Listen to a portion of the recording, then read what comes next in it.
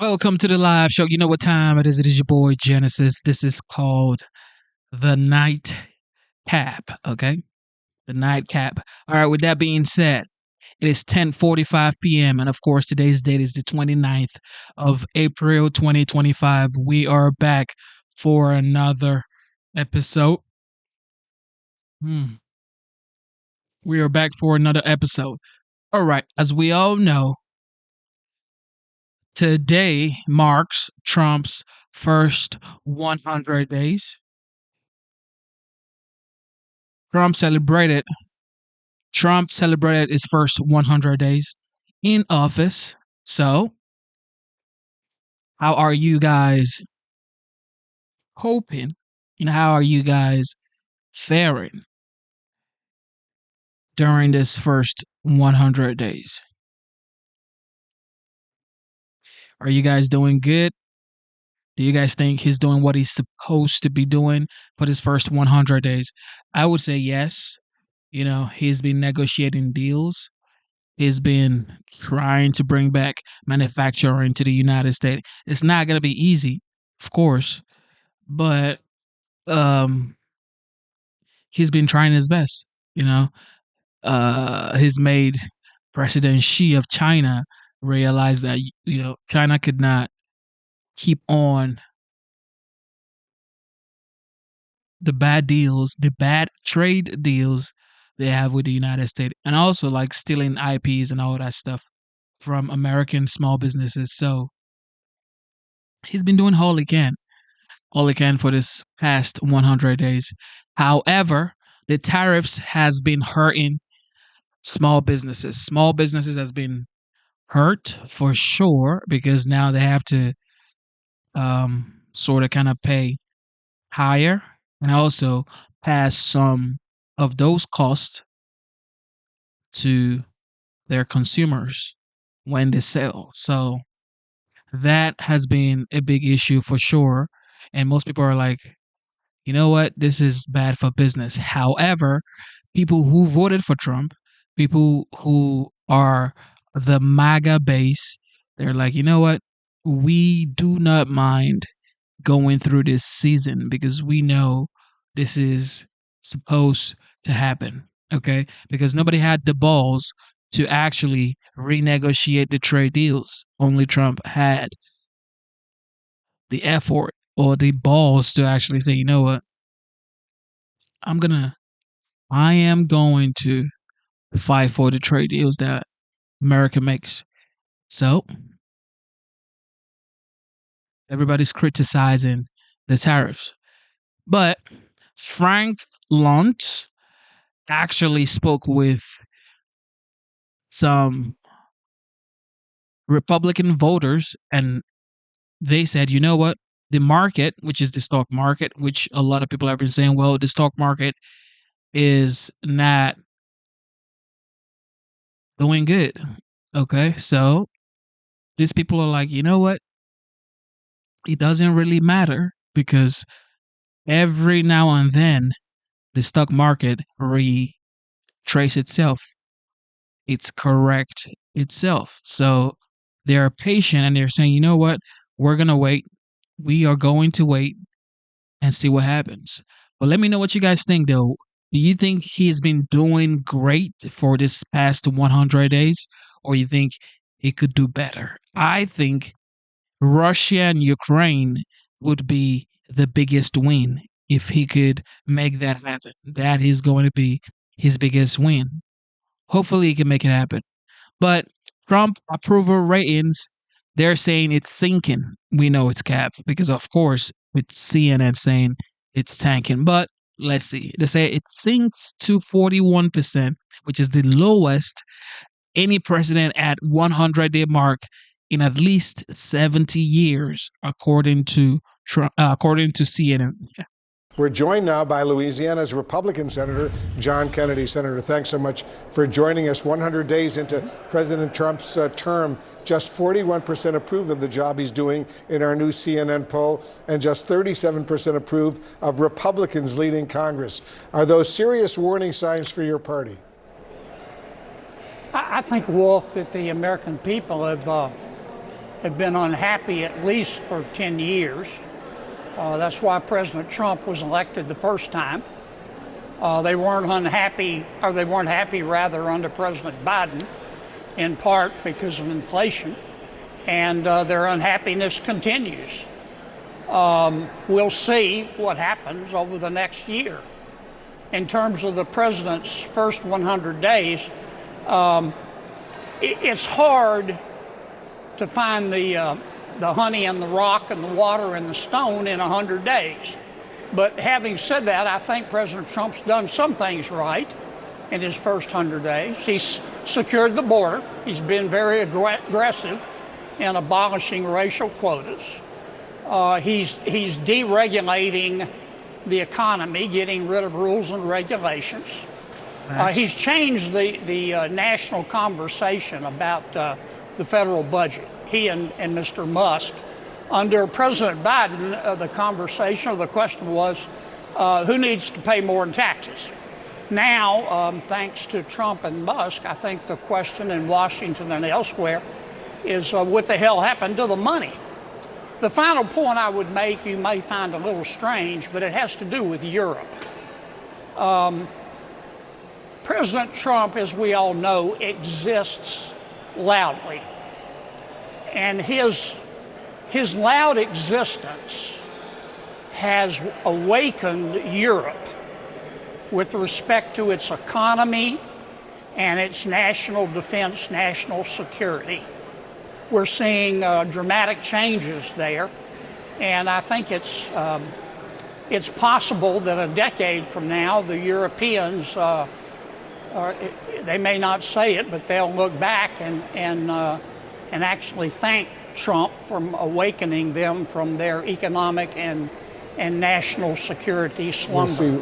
We'll see how that unfolds. Senator, the American public isn't very happy with what's described as unified Republican control of the House, the Senate, and the White House. Right now, 58% say it's bad for the country. How is your party, the Republican Party, going to change that? I think, well, first, I think the American people have been unhappy with Congress for a long time. As long as I can remember, Congress is polled right up there with robocalls with the American people. Here's what I think will be meaningful in the next 3 months. We have a plan to lower prices. Number one, it's called the reconciliation bill, which is just a budget bill. In that bill, we're going to reduce spending, which will help to lower prices. Number two, we're going to continue to deregulate the economy. Rules and regulations cost about $2 trillion a year, which increases the price of goods and services.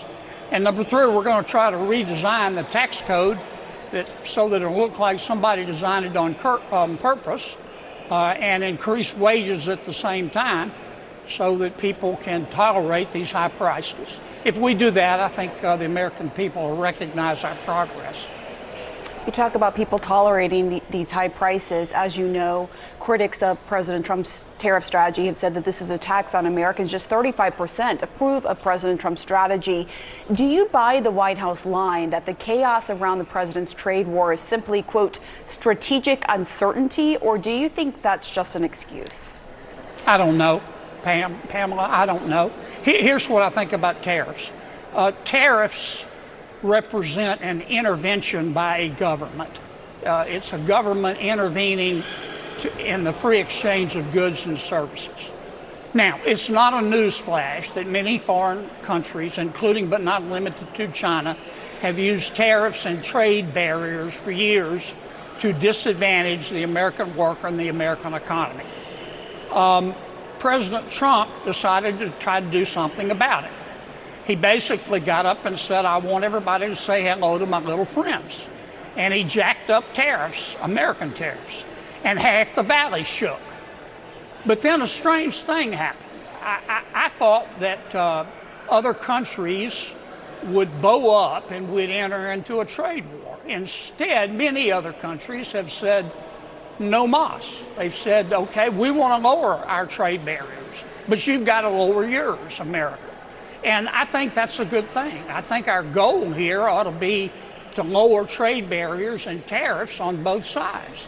Now, it's been very disruptive, and I don't know how it's going to turn out, but that's the way I analyze what's going on. The president has given several different interpretations of his intentions with respect to tariffs. I don't know how much of that is negotiating, but that's the way I see it anyway, Pamela. Okay, just very quickly, I want to ask you about the war in Ukraine. And Wolf, I know you might have a question, but do you think Trump is allowing himself to get played by a master manipulator? I know you told Fox News over the weekend that Putin has reneged on every promise he's made to President Trump. Well, Putin has. I think what I said this weekend was that Putin thinks America has taken the bullet train to Trumptown. I think he's disrespected our president. What I hope the president does is apply the same pressure to Putin that he has applied to Ukraine in getting a peace deal. Putin's got to understand that in order to get him to make concessions, that we're willing to slap him to Pluto. I don't mean that in terms of a war. I mean that in terms of economically. Right now, Europe and America are allowing Putin to sell his oil so long as he doesn't get more than $60 a barrel. A third of his revenues come from oil sales. We need to ratchet down those sanctions and starve him out on his oil if we're going to get an honorable peace in Ukraine, in my opinion. And I hope the president gets a lot tougher. All right, Senator Kennedy, thank you so much. Of course, Senator Kennedy of Louisiana, he is a very outspoken person. And for sure, he's been in support of Trump 1000%. But, it's tricky times now. So everybody's like, what's going on? Okay. Well, let's listen to what Amazon and there's new reporting on a phone call. Trump's conversation this morning. Trump had a conversation with Jeff Bezos. Well, there was an allegation that Amazon was going to start reflecting the tariff on their prices. So Trump was like, wait, don't do that. But listen to this. Between the president and the founder of Amazon, Jeff Bezos. Sources telling CNN that the president at one point wasn't happy earlier today about a report he saw regarding the online retail giant. Amazon then clarifying their plans. Let's get the latest from Elena Treen, who's at the White House for us. And Elena, you got the scoop about this Trump-Bezos call. It all has to do with a certain section of that website potentially showing shoppers how much Trump tariffs might cost them, right? That's exactly right. So essentially, I'll just give you the breakdown of how this played out as, it is according to the senior White House officials I spoke with on this. Essentially, there was a story published this morning by Punchbowl News that said Amazon was considering to show the cost of tariffs on Amazon's website next to its prices to show the breakdown of how much more the tariffs were making these products cost. That was something that then one senior White House official who I spoke with called President Trump about directly to inform him of it. Now, this is what one of those officials told me the response was. They said, quote, "Of course he was pissed. Why should a multi-billion-dollar company pass off costs to consumers?" Then we learned, and this is according to two senior White House officials I spoke with, that the president was so angered by this, he called up the founder of Amazon himself, Jeff Bezos, to complain about the potential plans that were being reported on. We also heard White House Press Secretary Caroline Leavitt say publicly that they believed that the move was a hostile political act. All to say, after all of that, the White House making very clear their position, both publicly and privately, Amazon then seemed to backtrack. They had one statement come out from an Amazon spokesperson that essentially said, Quote, it was never a consideration for the Man Amazon site, and nothing had been implemented on Amazon properties. They said it was only going to be for certain products on its website. But then when I reached out to Amazon, they sent me a different statement saying it was their latest version of it. And essentially it added and made clear that it was never approved and not going to happen. So I think it's just a pretty remarkable story, really, of how this all played out. And really, I think the bottom line here is it shows that this White House did not want the tariff prices and the cost of these tariffs being shown. They were also, really taking issue with the fact that some of the costs of the tariffs could be passed on from Amazon to consumers. And Elena, on the auto tariffs and the president's event tonight, what should we expect?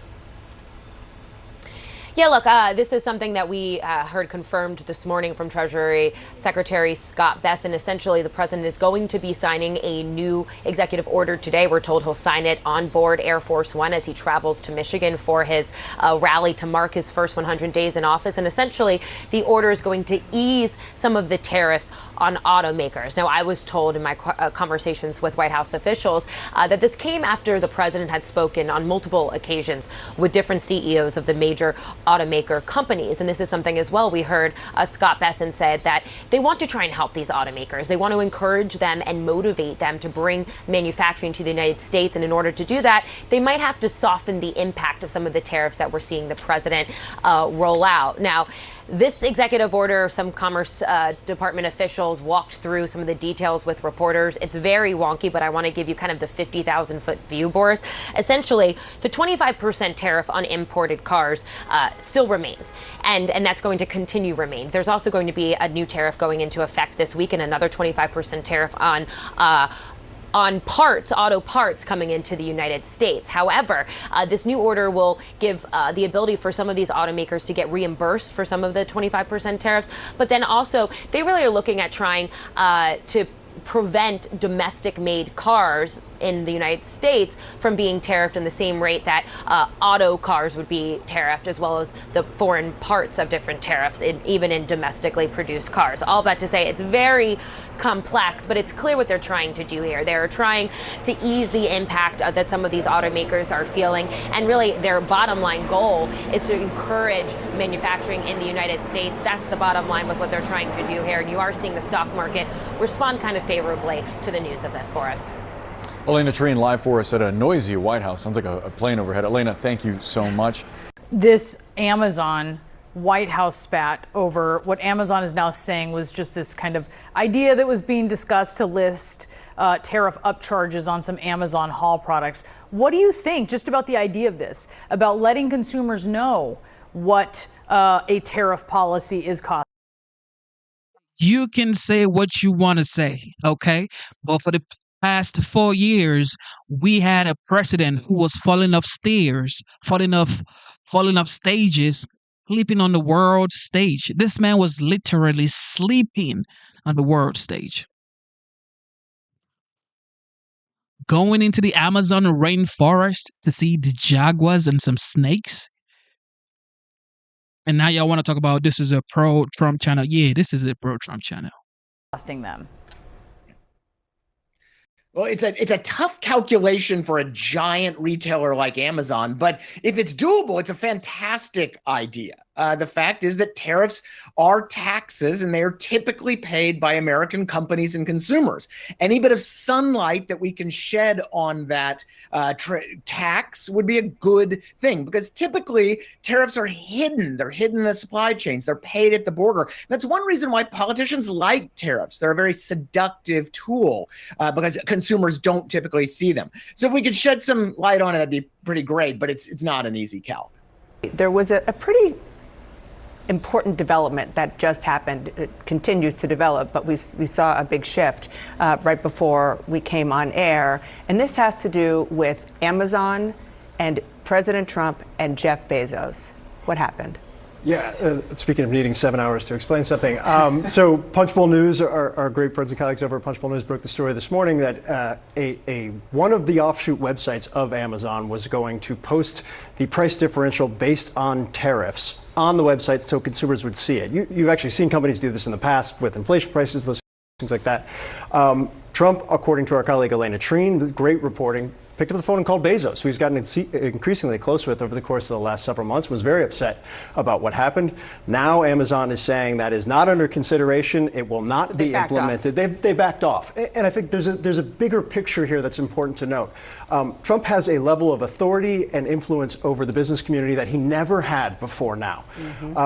The problem in this specific case is Amazon is one of hundreds of thousands of companies that are trying to grapple with, okay, do we eat these prices? Do we pass them on to consumers? How do we kind of deal with this going forward? And it would become a game of whack-a-mole to be able to knock out every single company and jawbone them away from doing that. It's just kind of getting to the uncertainty idea right now. The underlying economy is good. The numbers are still good. Inflation is good. Wages are good. Jobs are good.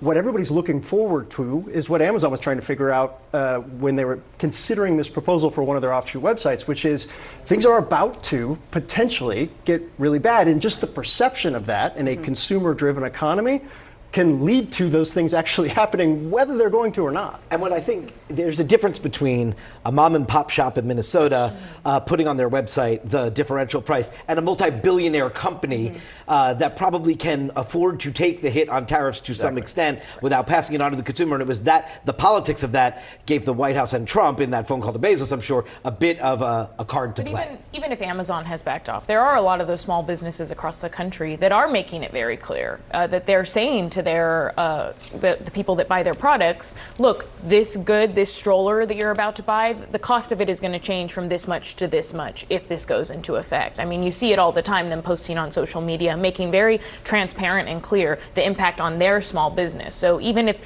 the massive retailers don't say it, the voters are seeing it, which is why they're so scared about the tariff. I do want to ask you about what was a big story today, the White House calling what was initially reported as Amazon tariff upcharges on some products. They call that hostile. Amazon has since said it was an idea discussed and never approved for Amazon Haul, which is its Shein and Temu competitor. But what do you think about that bigger issue of letting consumers know what a president's policy is costing them? Listen, Brianna, free trade for the last 35 years has really meant unfair trade. The president has come in, and look, none of us are necessarily happy about some of the market conditions and all. As we've seen, though, the markets have largely come back. They're still down about 4 or 5%, but they've come back. We needed this correction. We needed it desperately for the short term and the long term. You saw some of the numbers. Those weren't fictitious. 60, 70% tariffs in India versus 4% here in the United States. So what about this idea of an upcharge, like breaking down the transparency in pricing? Right. Well, listen, Amazon didn't put 20% inflation cost increase due to the Biden administration policies. But a lot of restaurants in this case, maybe so. But in this case, I just wonder if Amazon is also going to put, when they start selling a lot more in India, hey, thanks, President Trump, we're now selling much more in India. And by the way, there's been no inflationary issues surrounding products at this point. So anything they would do would be premature and would be speculative. We haven't seen inflation kick up. As a matter of fact, the report just came in. Inflation's at its lowest it's been since 2021. At 2.4%. Well, I think this is about the actual cost of the product on the tariff. I understand what you're saying because there are concerns that the tariffs may be inflationary overall. And inflation, certainly a very real thing under the Biden administration, which is why we saw a minority, but a significant number of restaurants, for instance, putting inflation charges on their bills.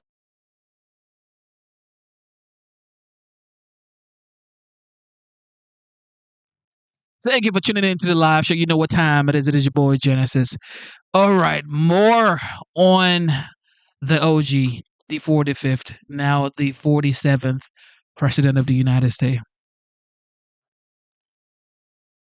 Strong borders. We like good education. We like low interest rates. We like being able to buy a beautiful car. Interest rates came down despite the fact that I have a Fed person who's not really doing a good job, but I won't say that. They said he pledged to bring prices down. Well, that's what I've done. Since I took office, the cost of eggs is down 87%. Yeah. That claim there at the end, the president has repeated it a couple times this week, again, including again tonight during an interview that he did with ABC News at the White House earlier today. When I took over, you remember the big thing with eggs. They hit me the first week. Eggs, like it was my fault. I said, I didn't cause this problem. This problem was caused by Biden. What's the problem with eggs? And they said, they've doubled. And well, eggs are down 87%. As we reported last week, the national wholesale price for a dozen of large white eggs has gone down. Last Friday, it was about $3.13, according to the Department of Agriculture, which is down from the $6.55 the week that President Trump took office. That's a decline of about 52%, not 87% or even 93 or 94, as we've heard from him. On day 100 of the president's second term and into his second presidency, he is declaring a success and also touting the tariffs that he's put in place, even as they've roiled the financial markets and created deep concern for many voters. My lead source tonight is the Republican Senator Mark Wayne Mullen of Oklahoma, and it's great to have you here. Obviously, you're a huge ally of the president's. And now that he's 100 days in, and the economy seems to be a major focus for a lot of voters as they're looking at this. In that interview tonight, he talked about the 145% tariffs in place on China. He said he thinks China will actually end up eating most of that.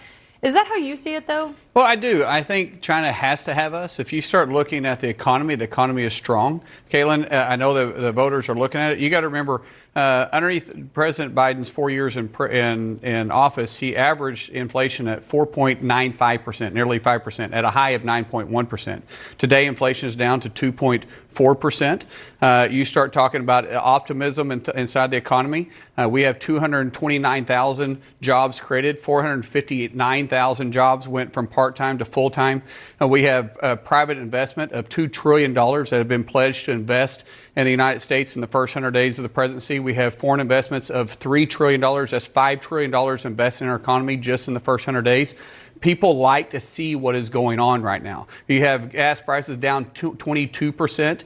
And when you start talking to American people, they are excited about where our country is headed. But if the numbers are as good as the president says they are, I mean, he's wildly exaggerating how much eggs are down. They're not down 87%. If they were, people would be paying 50 cents for a dozen of eggs, which obviously you know that they're not. The fact is they're down. And as I said, at the height... Right, but why not just say exactly how much they're down? Well, at the height, it was 9.1%. So it depends on what metric you're using. At 9.1%, they're down to 2.4% now. Inflation, that is a significant drop. That's not 50%. Yep. You're getting down to actual real numbers at that point. So it depends on which point you're talking about. We can discuss wherever we want to on the eggs of what source you want to say or at what time frame he may be referring to. The fact is, prices are down, and we see them continuously dropping. But they're not down as much as he's saying that they're down for eggs. So I'm saying if my let's use the math. What's 9.1% down to 2.4%? What's the percentage? I'm saying if the numbers are as good as you think they are, and as you're arguing, and that's number from the Agriculture Department, why not just say they're down 52% or 53% instead of 87%? It's interesting to me that we're focused on the price of eggs when we know it's down. What I don't remember hearing is when Biden was in office and inflation was not 9.1%, about you talking about how high the prices were, or anybody, for that matter, actually saying, okay, why is inflation at 9.1%? Why are we averaging 4.95, nearly 5% of inflation? Why is it in the first 100 days? That should be the conversation. Why is it in the first 100 days that the president was able to bring down inflation to 2.4% and have $5 trillion of investment inside the United States? Why wasn't that happening in the last 4 years of the Biden administration? I think if you asked anyone in the Biden White House, they got asked about inflation all day long. It was essentially one of the only questions reporters asked them. So I don't think that that's a fair criticism. But on the numbers, when you're looking at that, you know, this isn't some criticism from the media. It's the polling that voters are not happy with where the economy's going. They don't feel good about the president's policies, and they think they're making the economy worse. Why do you think that is? Well, I would go, what demographic are they polling? Who are they talking to? Because when I'm talking to people in Oklahoma, or I'm talking to people in Texas, or I'm talking to people in Alabama, or wherever I'm traveling to, which granted I'm traveling to red states, they're very optimistic about where we're headed to. They're excited about what's happening inside the country. And I think investors are that way too. As I go back to it, in the first 100 days, we've had $5 trillion pledged to invest inside the United States. Why weren't they doing that underneath the Biden administration? Yeah, I mean, I looked at the CNN polling. It was, I think, the sample that they surveyed was more Republicans than it was Democrats, and then a lot of independents in there as well. I mean, it was a pretty broad swath. And it's also not just the CNN poll. It's the ABC Washington Post poll. There's a Fox News poll that's out where his numbers are down. And so I guess the question is, when you look at that, is there any sense when you look at those numbers that the White House needs to change course? Caitlin, numbers don't lie. Yeah, exactly. Polling you can skew however you want to. When I restate these numbers again, inflation is down to 2.4%. We're an average of 4.95%, 5% underneath the Biden administration. Yeah, inflation is down. 9.1%. I don't mean to sound like a broken record, but when you have $5 trillion pledged of investment in the first 100 days, I believe the investors, I believe the job creators, those that create the jobs that hire the individuals, I think it speaks for themselves. When you have 459,000 jobs that were part-time just 100 days ago, today they're full-time, I believe the economy is moving in the right direction. And so we should be talking about what has happened in the first 100 days. Why is it that the President Trump was able to do this and Biden couldn't? The S&P 500 posted its biggest loss in the first 100 days of a presidency since Nixon in 1973. I mean, those are hard numbers. Well, think about this. Well, but think about the stock market. The stock market deals on today's news, not on the future. What the president is trying to do with the tariffs is he's trying to build a workforce for the future. We know without question that countries were taking advantage of the United States' generosity for years. That countries all across Europe, all across Asia have became wealthy on taking products that were once built inside the United States, build it in their country, and then selling it back to us and taking the dollars out. When the president said enough's enough, we're tired of countries taking advantage of us, we're going to right this ship and we're going to build a workforce for the future. The stock market didn't react the way that, actually reacted the way we expected it to, really, because they deal on today's futures, not tomorrow's futures. And that's understandable. But the market that the president is building is going to be better for the future generation. Yeah, and the president is making the argument tonight that he ran on tariffs. This is what he's now putting in place. Maybe Wall Street didn't believe him. But on this today, amid this report that Amazon was going to start showing how prices were impacted by his tariffs, you would see what you would pay without the tariffs and you'd see what you pay with them. Amazon quickly denied that they're actually going to do that. But the White House lashed out and called it a hostile and political act. Why would a company being transparent about why prices are going up be hostile? I actually had a meeting with the CEO of distribution and small stores and retails for Amazon before we came on air tonight. And he said that was based on a story that was based on a very small aspect of Amazon. But Amazon was never doing that. And so we got into pricing, started talking about pricing, right? You started talking about how that would work. He says, we haven't increased pricing. We haven't increased pricing. We don't expect to increase pricing. We haven't seen the tariffs increase. Most retailers, major retailers, had surged up before the tariffs came in because we knew what the president had said. And so we saw a larger surge in surplus in warehouse goods than we did even over Christmas. And so the consumer is not seeing this tariff that everybody is talking about. Don't you think? Well, according to him, it'll be weeks, possibly months before you see it happen. But that's not that long from now, just a few weeks from now. I mean, well, think about how fast the president has moved in 100 days. And when you say just a few weeks, I didn't say a few weeks. I said weeks, possibly months. When you start talking about what the president has accomplished in the first 100 days, can you imagine what he can do in the next 100 days? We're talking about 90 days if you want to start about months. We're talking about 90 days from now, 3 months from now. What else can happen? I have enjoyed where the direction the president is taking. On the premise of, I mean, okay, so in 6 weeks we could see prices go up. If a I don't think it'll be 6 weeks. It'll be past that. So when should voters, do you think, be prepared for? I don't think you got to be prepared for it. I think you're going to see a deal made. Countries need to do business with our economy. They want to do business with our economy. Think about what's the products made in China. Who needs economies worse? China, 40% of all their manufacturing goods that they make today are sold inside the United States. But you yourself acknowledged the last time you were here, a tariff is a tax that is passed on to consumers. You've said that pretty bluntly. The question, I think, that was raised today is, why is it the responsibility of a CEO or someone who owns a company to shield the White House from the cost of their policies by not raising prices? What do you mean shield? That's what a business owner does. We prepare for the markets ahead. But all That's businesses what are we not going do. to eat these prices. You don't think that, right? I never said they were going to eat the prices. I think some of them will be able to absorb some of them, but the retailer can't. The manufacturer can. So the margins at a retail store is much, much smaller than the margins at a manufacturing plant. So a lot of them can be absorbed from the manufacturer, and I believe they will absorb some of them. But you don't expect a retailer, when they're working off 2, 3, or at the top 6% margins, to be able to absorb that. It should be consumed at the manufacturing level, though, which is why we're trying to bring manufacturing jobs back to the United States. And Which is that's what President Trump is doing. A years-long endeavor and something that is not done in a few weeks or But months. trade deals can be done, and the president is absolutely the best president we've ever had to right this ship on unfair trade practices that the countries have taken advantage of. And the president, no one can work a deal better than President Trump. We're staying on top of it closely. None have been announced so far. Senator Mullen, thank you for coming on tonight. Everybody's saying that nobody had the balls to renegotiate United States trade deals. Only Trump could.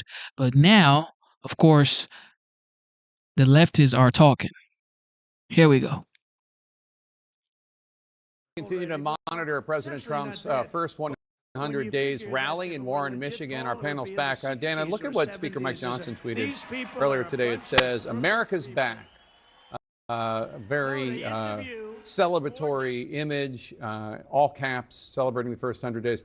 It is quite a difference, that image, and what we've seen for the administration and Republican leadership, to how voters are responding to Trump's first 100 days, at least according to all the polls I've seen. No question. And Mike Johnson, the Speaker of the House, spent some time with the president talking about the tax bill. So you have to kind of remember what the kind of dynamic is there, is that the Speaker is somebody who has to constantly make sure that the president understands that Johnson is on his side. And it's a difficult thing. It's a very difficult relationship for him to manage. And it's very clear that he understands he has to continually prove that. That's, to me, reading that from the outside in, what that was about. And Scott, I mean, I understand it's celebratory where you are, celebratory among Republican voters, the Republican base. But the polls indicating discomfort have to have some people in the Trump White House concerned, no?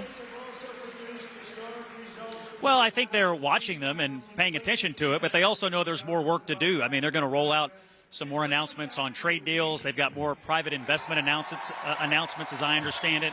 They think that will help.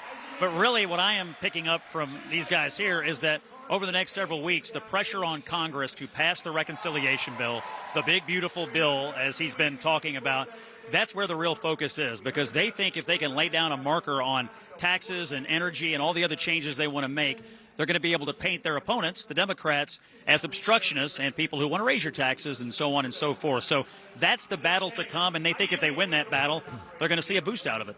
Yeah, and David Chalian, I mean, the one thing that every Republican that I have at this table to talk about the president's polling ever since it started taking a dive after Liberation Day, April 2nd, is, well, I'd still rather be President Trump than any of the congressional Democrats because his polling numbers are much better than theirs are. I mean, we see it in our poll today as well, where you see that Democratic voters are extraordinarily displeased with their own party's leadership. That is not true on the Republican side. Republican voters are overwhelmingly pleased with their Republican leadership. And part of that, which is why, to what Scott was saying, like, part of why I think the White House, not only do they want this bill passed, but that's going to be the main message focus for the weeks ahead, is because it's going to put pressure on the Democrats for how they are going to try and convince some people on the Republican side or rally voters to convince Republicans to vote against it. Because this pressure cooker, there's a reckoning coming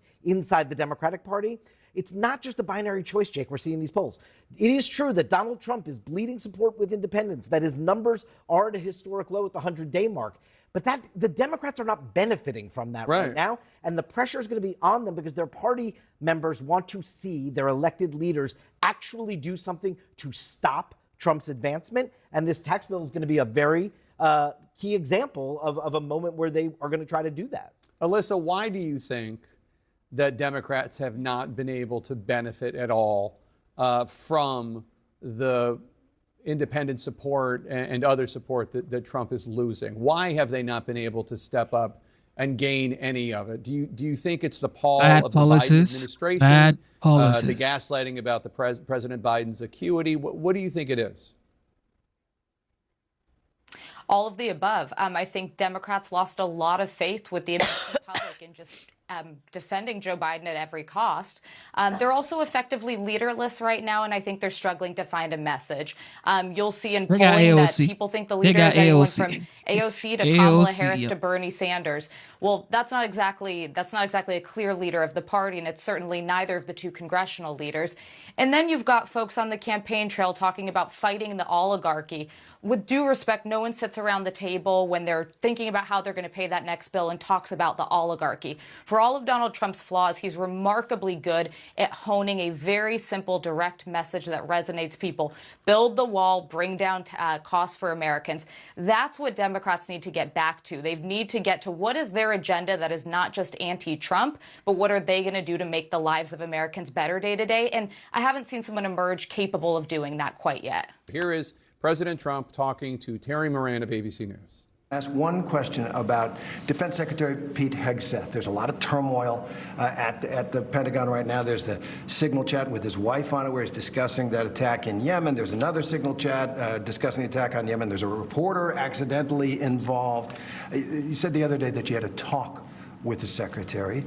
Did you take him to the woodshed?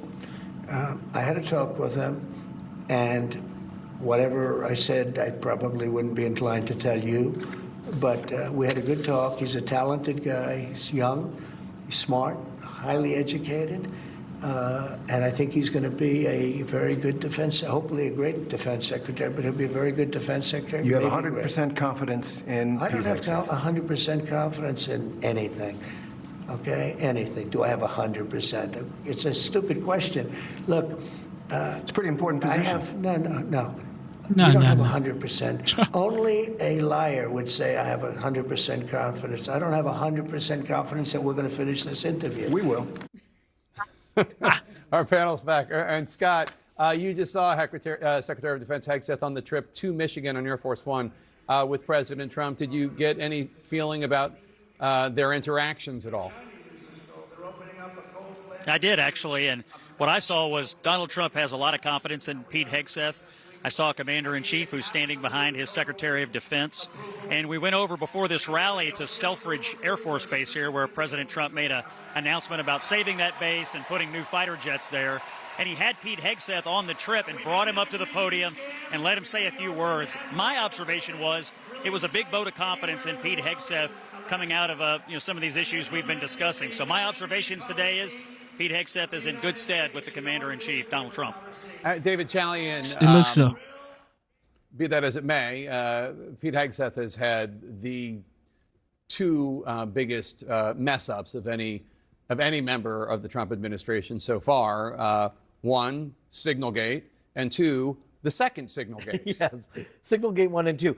Listen, the reason Hegseth's job is safe today, and who knows if it will be going forward, is because of all the political capital spent to get him to the position that he's in. So Trump and his team are really loath to give that scalp up, if you will, in a way to political opponents, to the press coverage around this. They put so much to get him into that role that I think that in and of itself right now has protected him a little bit. But I don't think that that's guaranteed to protect him all the way through if there is some other screw up. And just to put a finer point on what you just said, it's the political capital that the president spent, the people around him, but it's also that he asked his fellow Republicans in the United States Senate to spend in order to get him over the finish line, which it wasn't easy. And Alyssa Farah-Griffin, Pete Hegseth, I don't think there are probably a number of individuals, including Senate Republican former leader Mitch McConnell, who voted against Hegseth, who are not surprised by this because they have already said that they didn't think he had the maturity and was too reckless a candidate to be Secretary of Defense. Yeah, listen, I think Donald Trump has legitimate affection for Pete Hegseth. I remember being with him when I staffed an interview he did. He likes his wife. He likes him as a person. He thinks he's good on TV, looks the part. But listen, Donald Trump's not one to want to give a scalp to the media or to the outrage, especially in this kind of first 100 days. I would be stunned if there aren't some staffing and even senior changes that come in the coming months, though. And Hegseth has been marred by scandal. And Donald Trump gives people he likes some rope, but not too much, especially somewhere as important as the Department of Defense. And I think what also matters is in Trump world, there's always going to be people around him who are jockeying to replace if that position were to become vacant. So he's going to be hearing from senators, from elected officials about who should be in that role and who could do it better than Hegseth. I don't think it's going to replace Hegseth, but anything is possible. Donald Trump celebrating the first 100 days of his second term in Detroit, Michigan. He just left the stage moments ago. We just had the biggest victory in Michigan. They said, sir, it's going to be hard. Well, we won it twice. We're here tonight in the heartland of our nation to celebrate the most successful first 100 days of any administration in the history of our country, and that's according to many, many people. This is the best, they say, 100-day start of any president in history, and everyone is saying it. We've just gotten started. You haven't even seen anything yet. It's all just kicking in. Trump says he's having fun running the world, and you can just see it. How are you? There we go. How's your day? If there was one big thing you wanted to have happen in the first 100 days, but didn't, what would it be? Well, I think we've done everything. Oh my goodness. Was he using his hat to play golf? What is going on here, y'all? This man is having too much fun. Having fun running the world, and you can just see it. How are you? There we go. How's your day? If there was one big thing How is your game, wanted to yo? have happen in the first 100 days, but didn't, what would it be? Well, I think we've done everything, or it's in the process of being done. He said he wouldn't trade places with anyone in the world. Well, except maybe one. As Pope? I'd like to be Pope. That would be my number one choice. Before his big speech in Detroit, Trump stopped by a military base in Michigan to celebrate with the troops, and he didn't come empty-handed. Today I've come in person to lay to rest any doubts about Selfridge's future and the vital role it'll play in our national defense. As Commander-in-Chief, I'm proud to announce that very soon we will replace the retiring A-10 Warthogs with 21 brand new F-15EX Eagle II fighter jets, the best in the world, fresh off the line. Nothing says happy 100 days like new fighter jets. And there was one special guest in the room who was ready to party. And she was from the other party, Big Gretch. I want to thank Governor Gretchen Whitmer for bringing it also to our attention very strongly. And, you know, I'm not supposed to do that. She's a Democrat. They say, don't do that. Don't have her here. I said, no, she's going to be here. She's done a very good job, frankly. So I want to thank you very much, Gretchen. Good job. Well, I hadn't planned to speak, but on behalf of all the military men and women who serve our country and serve so honorably on behalf of the state of Michigan, I am really damn happy we're here to celebrate this recapitalization at Selfridge. Thank you. I'm so grateful that this announcement was made today, and I appreciate all the work. Thank you. Good for Gretchen. Uh-oh. Uh-oh. There we go, Gretchen. She didn't hide her face behind the folder like last time. Trump 2.0 is different. Bill Maher's breaking bread. Morning Joe did a pilgrimage. Saquon's golfing. And Big Gretch cured her TDS. Even the Washington Post gives This right here was the same lady that was present during Kamala Harris and Oprah Winfrey's interview. Remember? She was like, well, Kamala Harris is definitely going to win Michigan. Yeah. Yeah, I see. This recapitalization at Selfridge. Thank you. I'm so grateful that this announcement was made today, and I appreciate all the work. Thank you. Okay. Good for Gretch. She didn't hide her face behind the folder like last time. Trump 2.0 is different. Bill Maher's breaking bread. Morning Joe did a pilgrimage. Saquon's golfing. And Big Gretch cured her TDS. Even the Washington Post gives him credit. Quote, since FDR's earth-shaking first 100 days in office, no president has matched the sheer drama and disruption of this 15-week sprint, at least until now. In 100 days, we've seen $160 billion doged, useless agencies shuttered, DEI terminated, inflation's down, but nothing's more down than border crossings, down 99.9%. Oh my goodness. Jesse said nothing is more down than border crossing. That's right.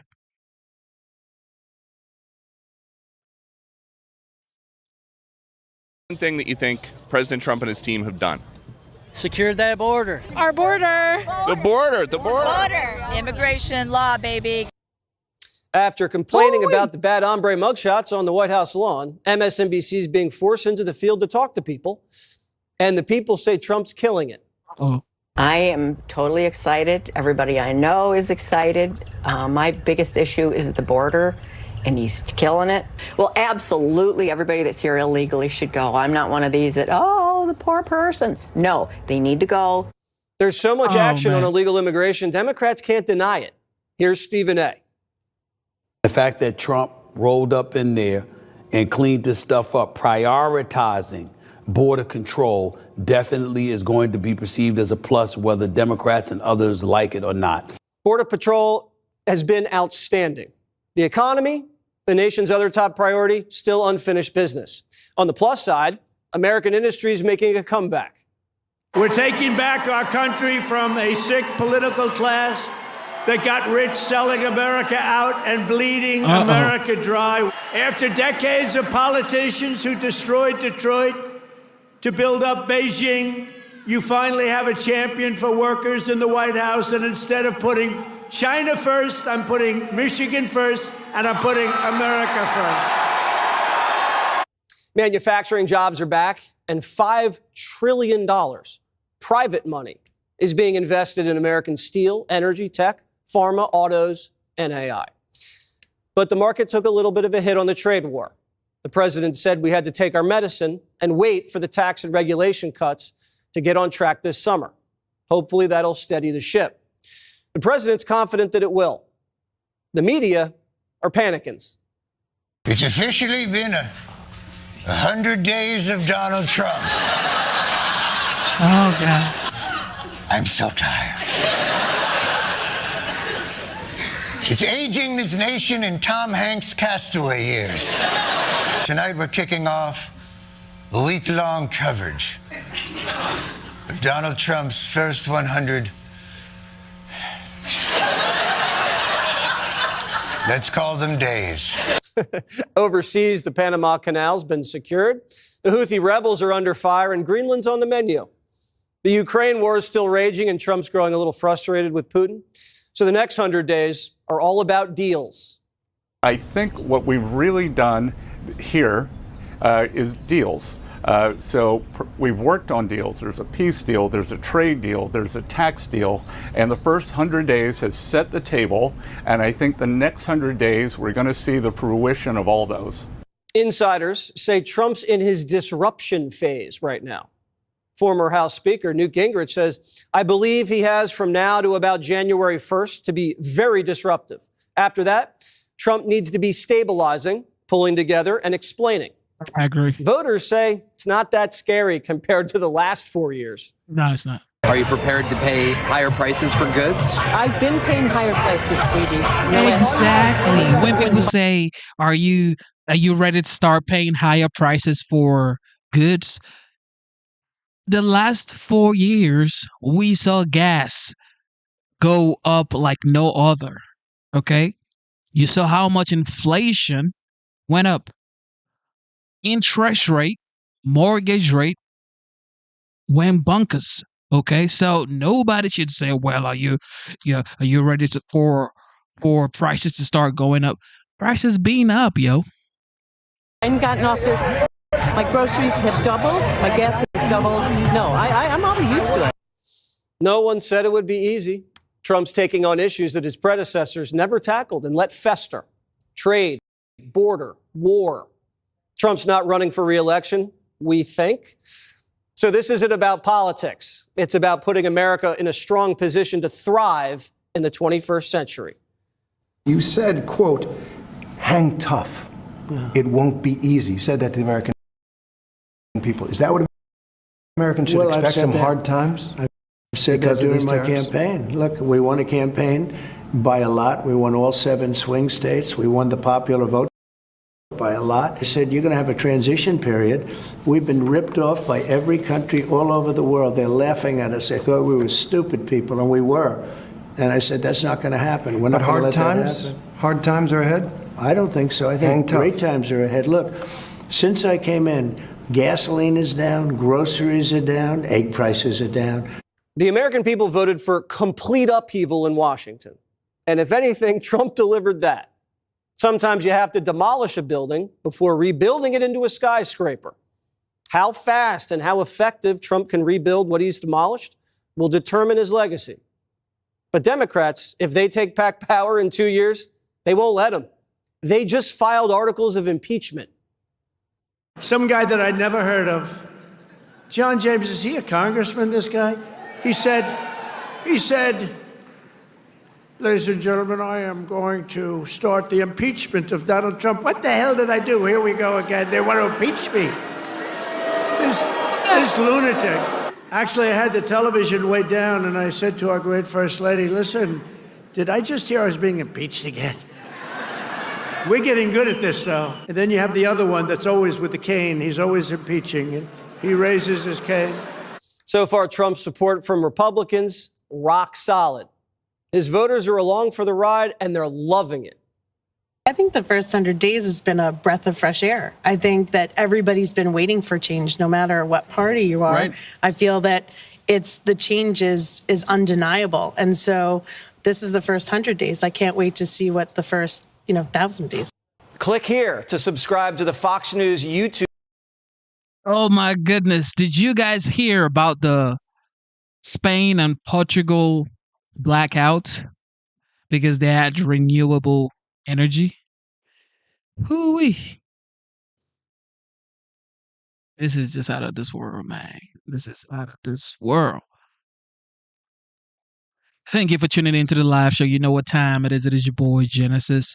Double tap your screen, subscribe to the channel, and join the memberships. It is $4.99.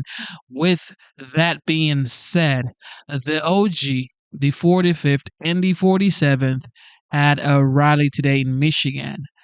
Let's hear what he has to say. And we will move on to the next after that. Here we go.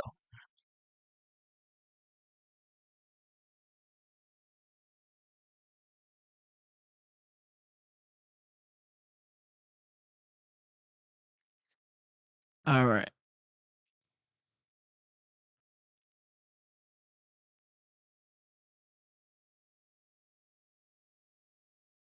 All right, I'm going to get that. But before that, let's do this.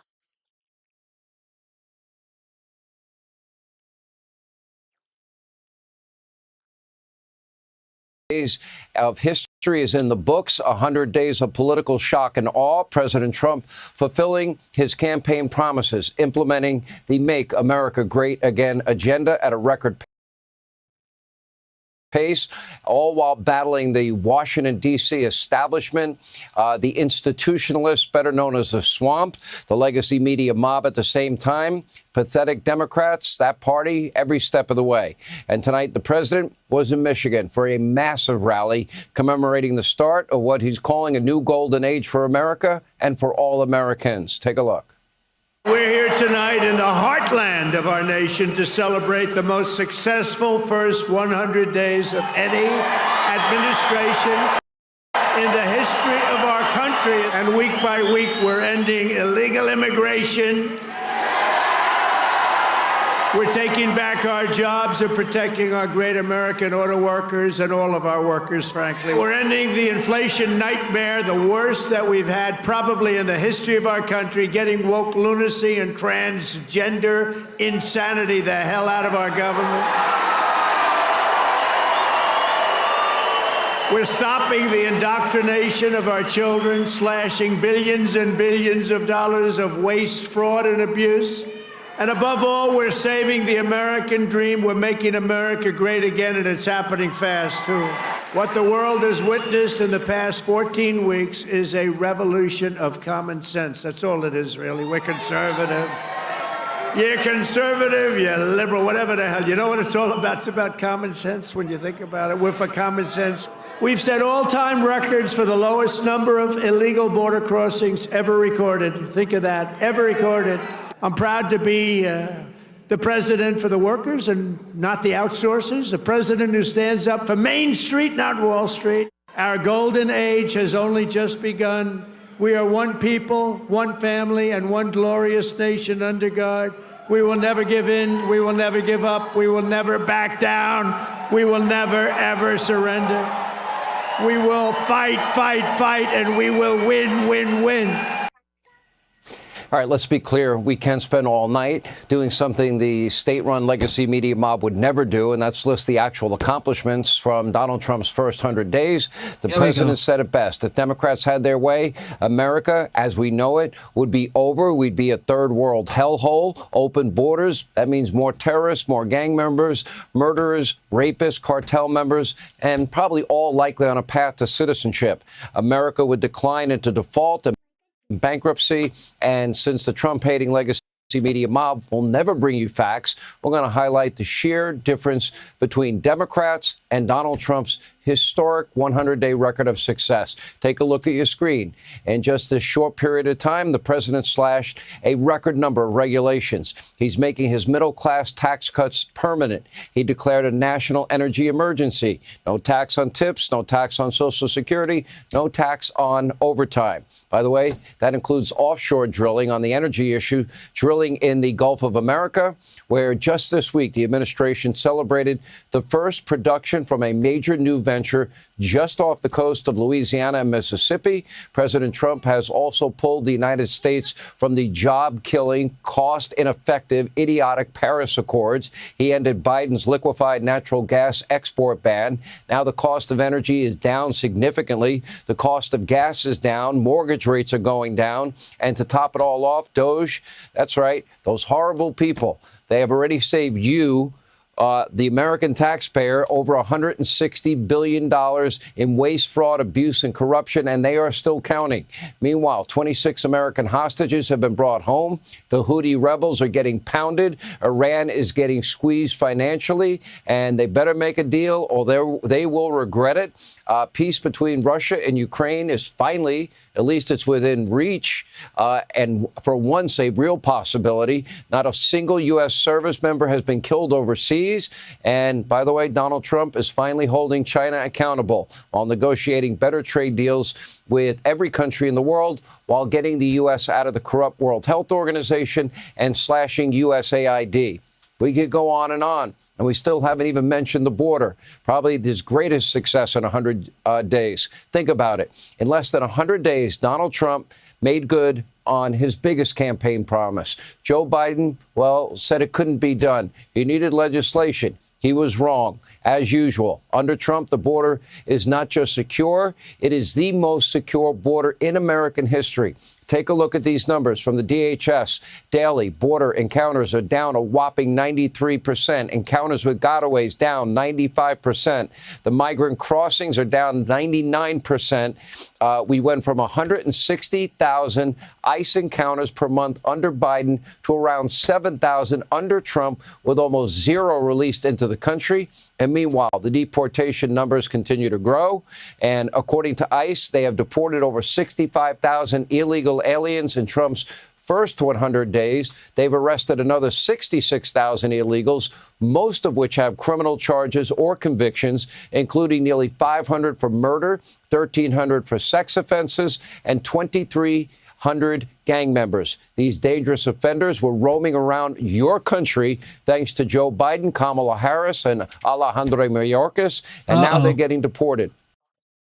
Thanks to President Trump. As the president said, it's about promises made and promises kept. Now, keep in mind, President Trump is doing all of this amid nonstop, unrelenting, negative coverage from a corrupt, broken, state-run legacy media mob. Take a look at this study, Media Research Center. Despite everything that Donald Trump has done, their coverage is still a whopping 92% negative, only 7.8% positive in his first 100 days. We'll have a lot more on this petty behavior from the left. Hey, just think about it. The fact that this guy is getting all of this done, even with the attacks, even with the bad press, it is just absolutely insane. All right, here we go. Kevin has something to say. Now to discuss more is the Director of the National Economic Council, Kevin Hassett. Kevin, I'm so grateful to have you on the show. So thank you very much for being here. I do want to start with some of this news from the president where, and we also heard Howard Lutnick, the cabinet official, say that there was an unnamed deal that was close. The president is talking about India. Can you just tell us in a clear way, what deal are we close to, and where do things stand with India? Is that the deal in question? Yeah, I mean, there are multiple deals that are extraordinarily close, especially with our Asian trading partners. Secretary Lutnick and Bessent and I were in the Oval yesterday discussing it with the president, and we've seen sketches of deals. I'm not going to put, deals that aren't signed in front of the American people until the president's ready to do that, and the foreign governments are ready to do it. But the thing that I can say that I've been astonished at is how much access to foreign markets U.S. producers are going to have because of these deals. The president was really impressed with the status of the negotiations, but especially impressed by the fact that finally they're putting the American worker first and they're opening up their markets for our products in a way that nobody ever thought was possible. One big focus, of course, Kevin, is this question about auto tariffs as well. And there has been an order in the works. Of course, the president going to Michigan today. Has the president signed the order on auto tariffs? Yes, and in fact, I got an update on this, and so perhaps I'm breaking a little bit of news, but I wanted to know for sure that the executive orders were signed while he was traveling to Michigan. Of course, signing them on the way to Michigan is in part what he's up to, because it's all about getting workers back to work in the places where we make things in America. And so, yes, the 2 executive orders on autos were signed. I was informed. I don't think I was informed incorrectly by someone on Air Force One. So this obviously, all of the activity on tariffs has particularly focused as well on China because the volume of goods that come from China is so high. There have been serious questions about the way that talks are continuing between the U.S. and China because, of course, the Chinese have denied speaking to U.S. officials. And let's kind of go through this a little bit layer by layer. Has the president spoken with President Xi of China about this? The president is clear that he's talked with President Xi, but what those conversations might entail, obviously that's up to the president and President Xi to reveal. But I can say that the president has asked Treasury Secretary Scott Bessent to lead the trade negotiations with China. As the top economic official, as the Treasury Secretary is, the heir to Alexander Hamilton, he's exactly the right person for this job, and we're looking forward to making progress and reporting on progress soon. Has the Treasury Secretary spoken with his counterpart, his Chinese counterpart, recently? The Treasury Secretary will inform you about those matters in the fullness of time. Okay. Can you give us shed any light on officials that you may have spoken with in your role? And can you really clarify for us, you say that Bessent is doing at China. Do you know the list of other countries in his portfolio as compared to Howard Lutnick, who, of course, has been talking about what we think is this deal with India and what you may be involved in? There's a little bit of a lack of clarity on who's doing what. Okay, so first I'll make it clear that as director of the National Economic Council, I'm not engaged actively in negotiations because that's what Secretary Bessent, Secretary Lutnick, and Jameson Greer are doing. That's what the president has assigned them to do, and he's allocated the jobs amongst them in a way that some of the things are public and some of them are not public. But Jameson Greer has gotten 19, I believe, written offers on the reciprocal tariffs. Secretary Lutnick is working really, really hard on the 232 tariffs, which are the ones for national security. And Secretary Bessent is working with our Asian counterparts and making an enormous amount of progress, all of them. And the trade team is 100% behind the president's policies. And I'm there, but I'm not an active negotiator. Fair enough, and I appreciate you providing that clarity that you were able to provide there, because again, it has been, of course, a little bit confusing. It still remains a little bit confusing, but let's change gears. I want to talk to you about Jeff Bezos, of course, the president there discussing his phone call with Jeff Bezos. Pretty remarkable that a U.S. company that wants to be transparent with consumers about why they're paying the prices that they are would then be said to be political. Is this political interference in the free market? No. First of all, I got to say that I'm really glad to have a president that if he notices something that needs to be fixed for American workers in the U.S. economy, that he can pick up the phone, they pick it up right away, and then he gets to the bottom of it. The bottom line is that if we charge a tariff on a foreign country, then if they have inelastic supply to us, then the supplier in that country is going to bear the tariff, not the U.S. consumer. And the idea that Amazon is going to say that the tariff is passing through to the consumer means that they don't understand economics. And so you covered it as a debacle. I did think it was a debacle for whoever's doing economics at Amazon, because they were assuming something that's contrary to basic economics about who bears the tariff. And it was correct for Jeff Bezos to apologize for it and to correct the record that Amazon, whoever. Trump is such an OG. They're literally lecturing Amazon on who bears the cost for tariffs. And Jeff Bezos had to apologize. Trump is just a masterful player. That made a big mistake. I wonder if they'll have a job tomorrow. We're looking at live pictures right now of the president landing in Michigan. So, of course, obviously, if he starts to make comments, Kevin, I'll have to jump in and cut us off. This does appear to be the governor, Gretchen Whitmer. Meeting him, clearly a very windy day there in Michigan. Kevin, the administration, the president, has acknowledged that there's going to be some short-term pain here. And while I understand the argument that you are trying to make about who pays the cost of tariffs, every other Republican in the decade I spent covering the Hill was very eager to tell me that tariffs were a tax that were paid by consumers and not by anyone else. And the reality is that's part of the pain that Americans are likely to bear. So I think my question to you is, if at the end of the day it's companies that are passing this along, how much short-term pain are voters willing to endure? No, talking about it as pain is just absolutely incorrect. And the way to think about it is, if you think that when China entered the WTO is going to be so good because you're getting all these cheap Chinese products in America, then you would expect that Americans would be better off, that their standard of living would go up. And what we saw was after China entered the WTO, for 15 years in a row, real wages declined. They were down $1,200 over the next 15 years because the cheap goods were overpowered by the reduction in labor demand and the really bad wages. President Trump came in with these. Let me finish this. President Trump came in the previous term, and he pushed policies just like these that were supply side, that created jobs for Americans, and real wages went up by $6,500 in the next 3 years, $6,500 per year. And that's more than you got for the previous 16 years. And so what he's doing is he's taking the policies that work for the American worker and he's just doubling down on them. And the idea that that's pain is just incorrect. He's got his eye on the horizon, and it's going to be better than the first term, for sure, because these are stronger policies now that we have even more conviction, even conviction on the Hill. We met with the congressional leaders, Scott Bessent and I, yesterday, and everybody's 100% behind the president's agenda, and especially behind right now the reconciliation package that's going to deliver big tax cuts for American workers and onshore a lot of jobs. Yeah, I mean, just to be clear, I understand that. No, it's okay. I appreciate it. You're making the long-term argument, which absolutely voters also tell us. She said, "I understand Trump a chance, right? When we've gone to our John King was out, talking with swing voters, and they will say, well, this might work. Some of them are willing to give him a chance. Again, that's why I said the short-term pain of this, because we also have Apollo Global, the chief economist there, said that we are facing potentially COVID-like shortages within months because of container ships that are parked in Chinese ports. Like, are Americans going to tolerate that?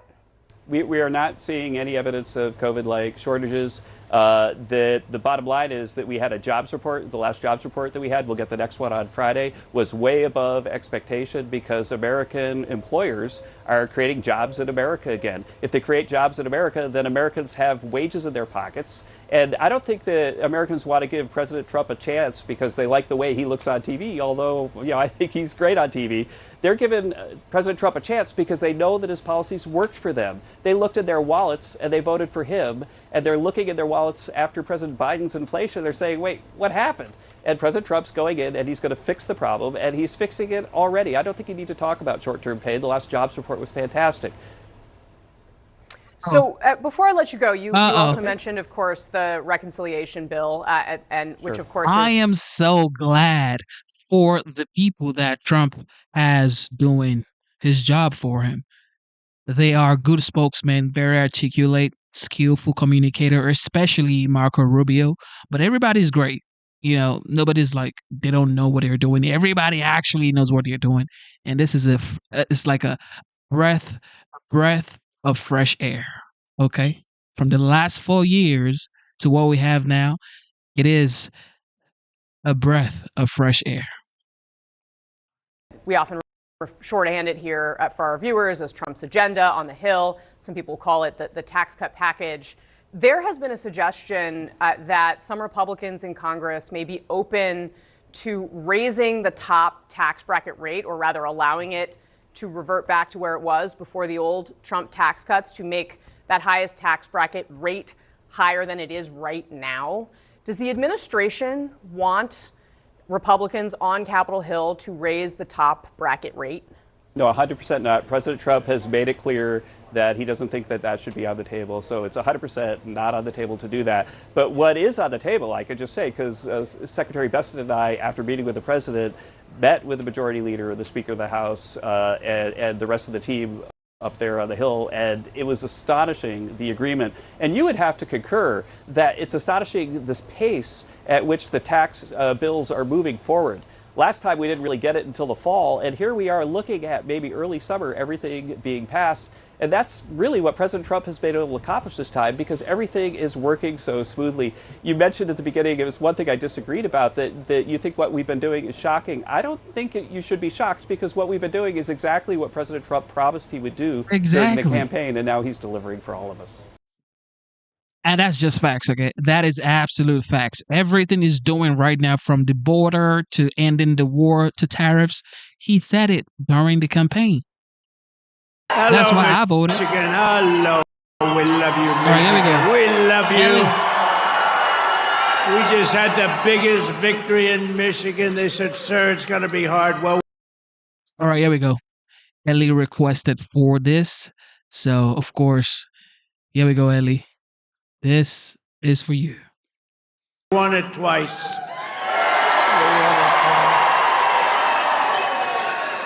We actually won it 3 times. You want to really know it. But I'm thrilled to be back in this beautiful state. I love this state. Got a lot of auto jobs coming. Watch what's happening. The companies are coming in by the tens. You got to see what's happening. They all want to come back to Michigan and build cars again. You know why? Because of our tax and tariff policy. They're coming from all over the world. They're coming up and they're opening up plants, and they're talking to us all day and all night. They want to get here, and they're coming in at levels you've never seen before. And I want to thank the auto workers for your support. That was great. But I'm thrilled to be back in this beautiful state with thousands of proud, hardworking American patriots. And we're here tonight in the heartland of our nation to celebrate the most successful first 100 days of any administration in the history of our country. And that's according to many, many people. This is the best, they say, 100-day start of any president in history, and everyone is saying it. We're just We've just gotten started. You haven't even seen anything yet. It's all just kicking in. And week by week, we're ending illegal immigration. We're taking back our jobs and protecting our great American auto workers and all of our workers, frankly. We're protecting all of our workers. We're restoring the rule of law, which was sort of out the window with this crazy guy we had. How the hell did that guy ever become president? Could somebody explain to me? How the hell did that happen? There's my friend, Blacks for Trump. I like that guy. He follows me. He follows me. We love you. Your whole group has been so supportive over the years. I want to thank you. Everyone thinks I pay you a fortune. I don't know. I don't even know who the hell he is. I just like him. True. Thank you very much. Thank all of the fellas. Thank them all. But we're ending the inflation nightmare, the worst that we've had probably in the history of our country, getting woke lunacy and transgender insanity the hell out of our government. We're stopping the indoctrination of our children, slashing billions and billions of dollars of waste, fraud, and abuse. And above all, we're saving the American dream. We're making America great again, and it's happening fast, too. What the world has witnessed in the past 14 weeks is a revolution of common sense. That's all it is, really. We're conservative. You're conservative, you're liberal, whatever the hell. You know what it's all about? It's about common sense when you think about it. We're for common sense. We like strong borders. We like good education. We like low interest rates. We like being able to buy a beautiful car. And now deduct the interest on the loan. That's never happened before.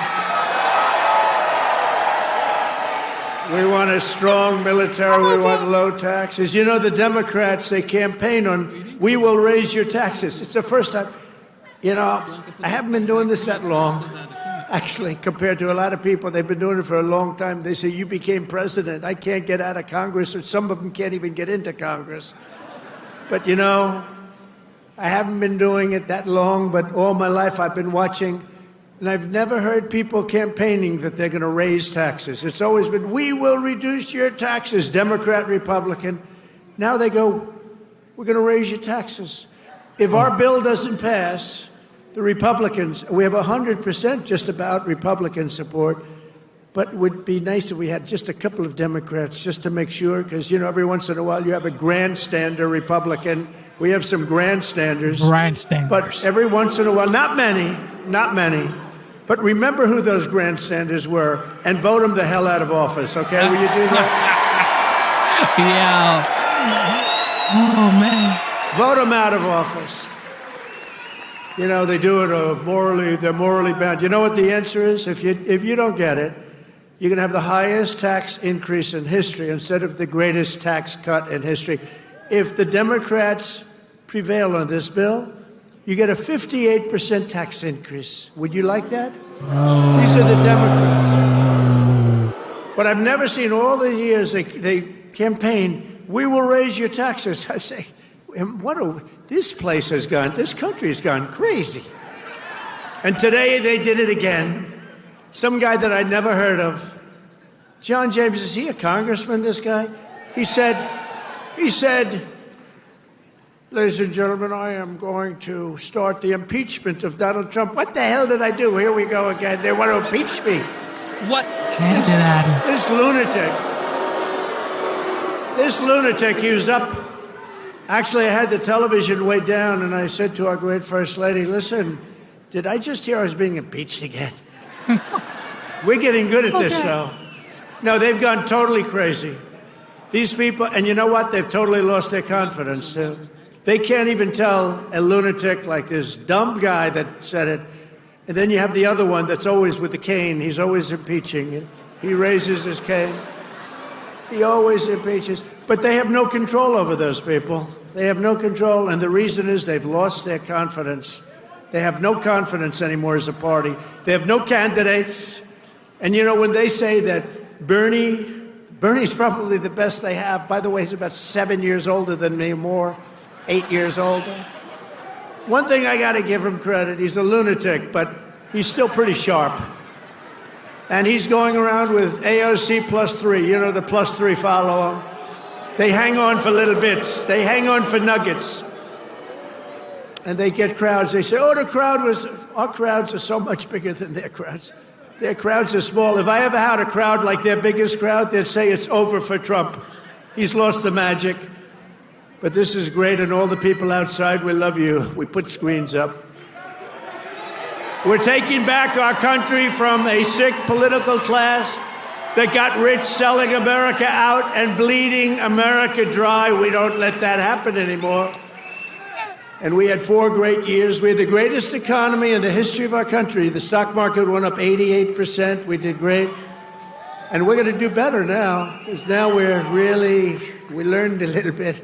After years of leaders who sent your money to defend the borders of distant foreign nations, that's what we did. We'd fight for other nations, but not for ourselves. You finally have a president who is defending our borders and our nation. Thanks.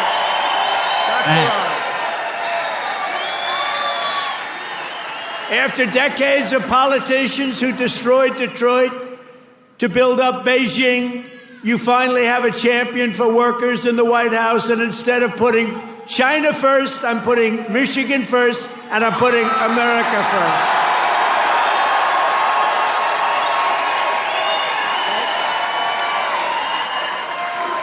After a lifetime of unelected bureaucrats stealing your paychecks, attacking your values, and trampling your freedoms, we are stopping their gravy train, ending their power trip, and telling thousands of corrupt, incompetent, and unnecessary deep state bureaucrats, you're fired. Get the hell out of here. You're fired. Get out of here.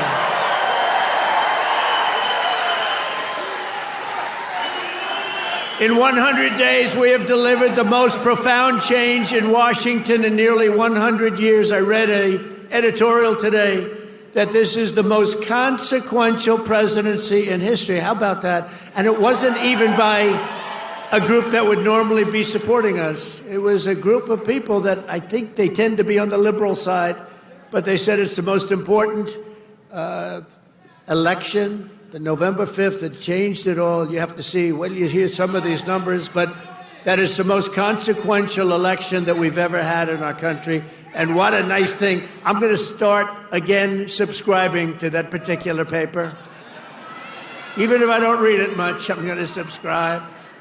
But it was a very nice compliment, especially from them. They know who I'm talking about. We're ushering out the long reign of special interests and the radical left lunatics, and we're ushering in the golden age of America. That's what we have.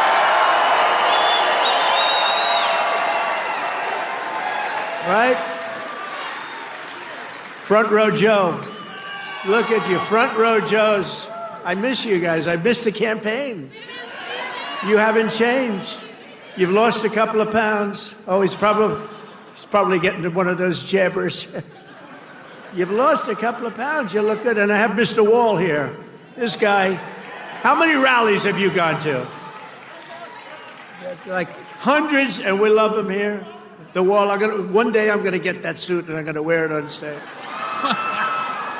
We appreciate it, fellas. Great. Thank you. You know, we have a group of ladies. I don't know if they're here, but we have a group of women from North Carolina, a large group, like 50 of the most beautiful women, and they've been to 129 rallies. They're happily married, I think, too. They just keep going to rallies all the time. But they're great. North Carolina, where we won by big numbers. Nowhere has this transformation been more dramatic than our southern border. You have seen a change on your southern border that Sleepy Joe said couldn't happen. Sleepy Joe, the worst president in history, said it couldn't happen. Sleepy Joe. The last administration engineered a massive border invasion, allowing gangs, cartels, and terrorists to infiltrate our communities and rape and murder our citizens. And that is being nice about it. That's actually being nice about it. They are the worst. But standing before you today, I can proudly report that this heinous betrayal is over and that we have achieved the most secure border in American history by far. In American history. For 2 months in a row, we have now set all-time records, and this is by the media, the fake news media, which most of it is fake. We've set all-time records for the lowest number of illegal border crossings ever recorded. Think of that, ever recorded. The number of illegal border crossers released into the United States is down, listen to this please, 99.999%. Think of that, 99.999. 3 people got in. 3. And I got angry as hell at Tom Homan. How did you allow 3, Tom? Tom. I called up Christy. Christy Noem's doing a great job, Tom Homan. I said, how did you allow 3 people? No, they allowed a few in for medical reasons. They had a couple of were very sick. The ones that got in were really very sick, and we had to take care of them, but it was a few people. But 3 people got in versus hundreds of thousands in the last administration. Hundreds of thousands a month were pouring in. Biden had no control. Thank goodness he appointed a great border czar, right? Kamala. Kamala. She was a great candidate. Oh, man. She was fantastic.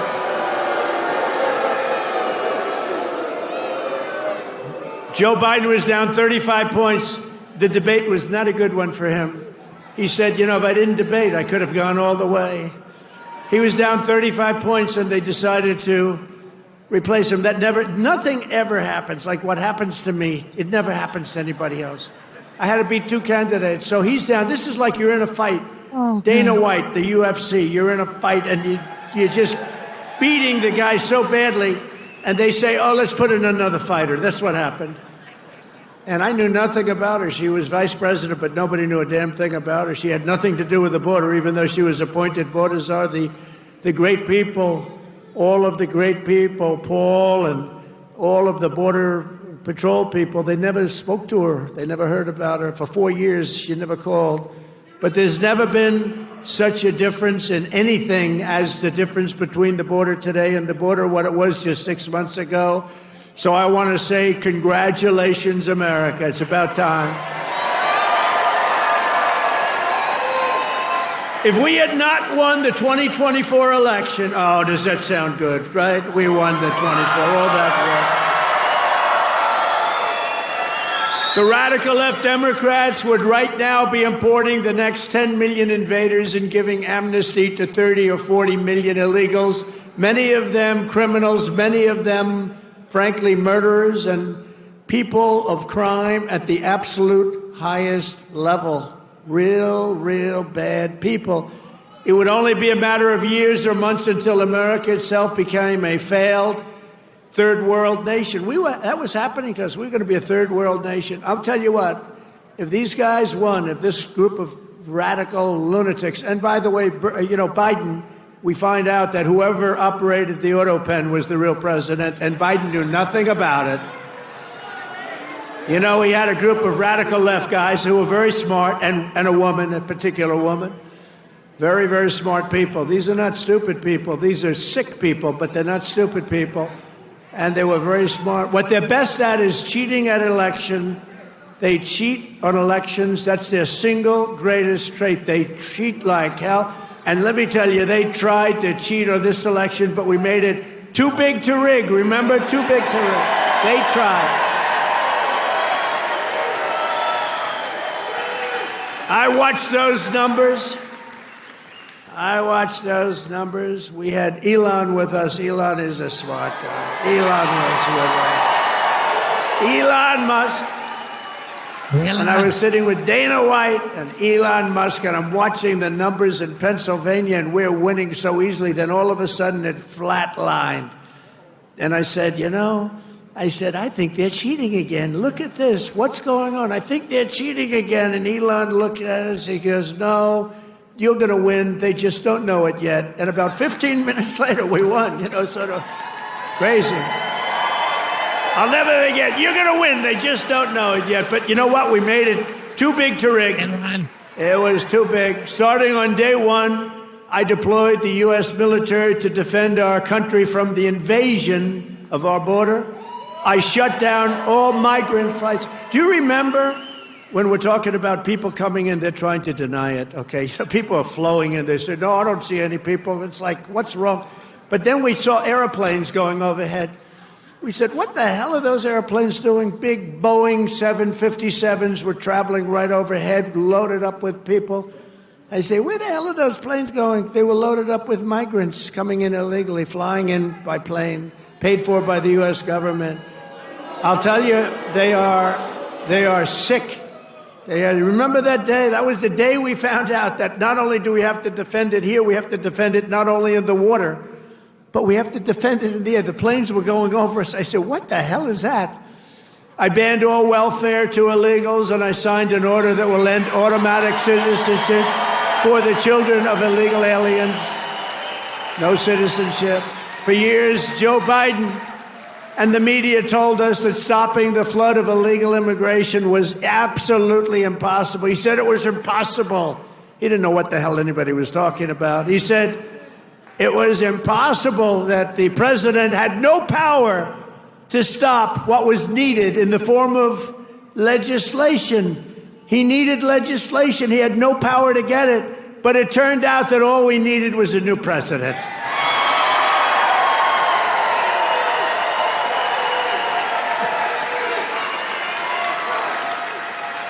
Within days of taking office, I signed the Laken Riley Act. Laken Riley, beautiful Laken Riley, who was killed by an illegal immigrant, viciously, violently killed.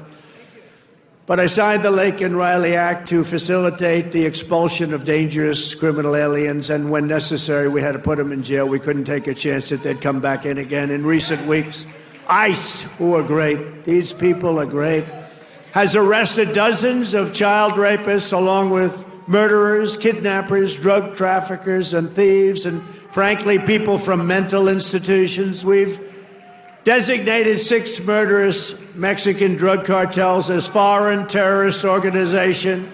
We have also designated 2 bloodthirsty transnational gangs, MS-13 and Trendiaragua, TDA. They've been designated the highest level of terrorist, and that lets us do a lot of things that you wouldn't be able to do. We got to get them out of here before they kill more people. They've killed plenty. My administration has increased arrests of known and suspected terrorists by 655%. Is that okay? We tried to get it higher. But the courts are giving us a hard time. Can you believe? You know, I won on the basis of, I think the number one thing was on illegal immigration, the border, the people pouring across our border that are from all over the world. They're unbelievably bad. In many cases, unbelievably bad people. I think that was the number one thing. And now the courts are trying to say that, you know, that doesn't matter. I don't think it's going to be allowed to stand. Democrats have vowed mass invasion and mass migration. We are delivering mass deportation, and it's happening very fast. And the worst of the worst are being sent to a no-nonsense prison in El Salvador. Why don't you watch this? Watch this. Take a look.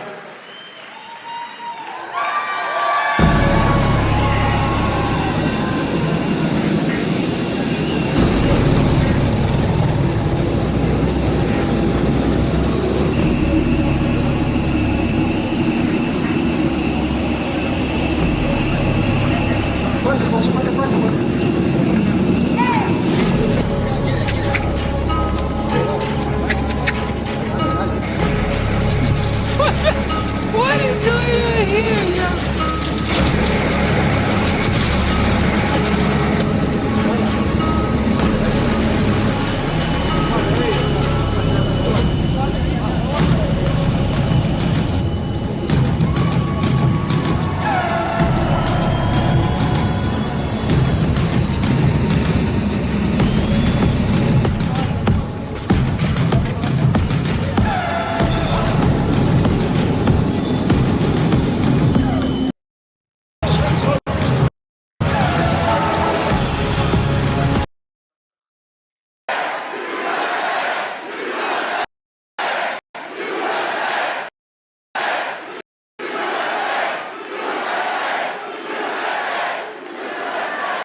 So under President Trump, America is a dumping ground for criminals no longer. They're not even trying to come in.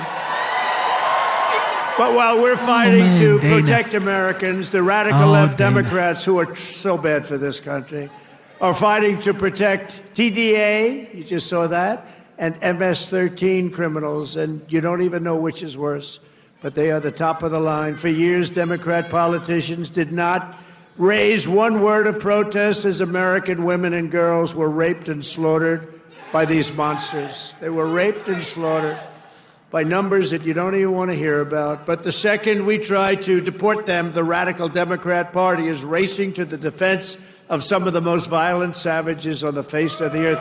Who the hell would vote for these people? They're racing to the courts to help them, but this is not what the people want. This is not what they voted for in record numbers. I won the election. We won every swing state. We won the popular vote. And we got 312 electoral college votes. And just this month, 2 Venezuelan members of TDA, Trinidad, were arrested in Washington state for kidnapping a 58-year-old woman, driving a power drill through her hand to extort her bank account information, shooting her, leaving her for dead. And miraculously, she just survived, but she's not feeling so well. In January, Trinidad member in Chicago kidnapped 3 women, took them in an alley, lined them up, and shot them each in the head. They all died. And the FBI recently assessed that these vicious gangs have been sent by the foreign regime in Venezuela to foment violence and instability in the United States of America. Can't let that happen. And it's not just, in all fairness, not Venezuela. It's all over the world. It's all over. They come in from the Congo. They come in from Africa. The Congo, they've emptied out their prisons into our country.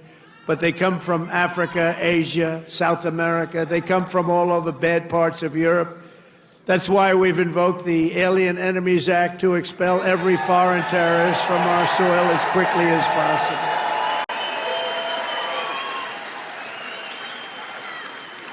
Never forget the same people that we now claim we're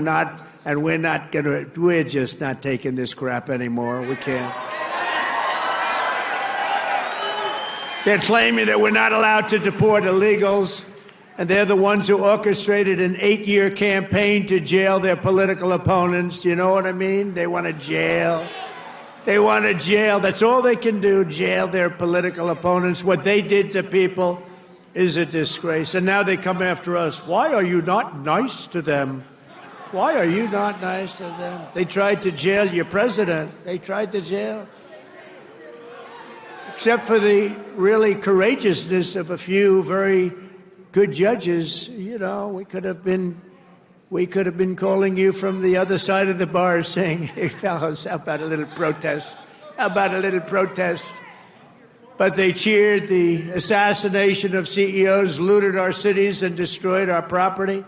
No, they tried to jail our politicians, and they tried to jail a lot of people, many of whom didn't even know what the hell they were being looked at for. These people are criminals. If they had their way, we would be living in a third world hellhole. That's what they want. Removing the invaders is not just a campaign pledge. It's my solemn duty as Commander-in-Chief. I have an obligation to do it. Save our country. And that's why we got, despite the fake polls, you know, they do these polls where they interview far more Democrats than Republicans. I saw them over the last few days, and I had them checked out. They interview far more Democrats for the polls. They interview Democrats by big numbers and then Republicans by small. They say, Trump only has a 44% approval rating. Well, it's actually not bad.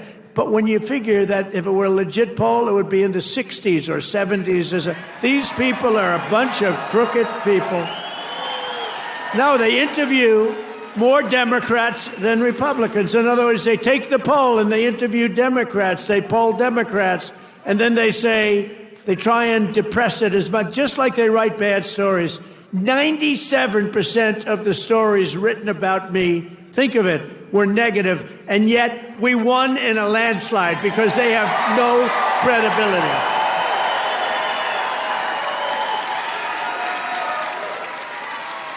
And also, we cannot allow a handful of communist radical left judges to obstruct the enforcement of our laws and assume the duties that belong solely to the President of the United States.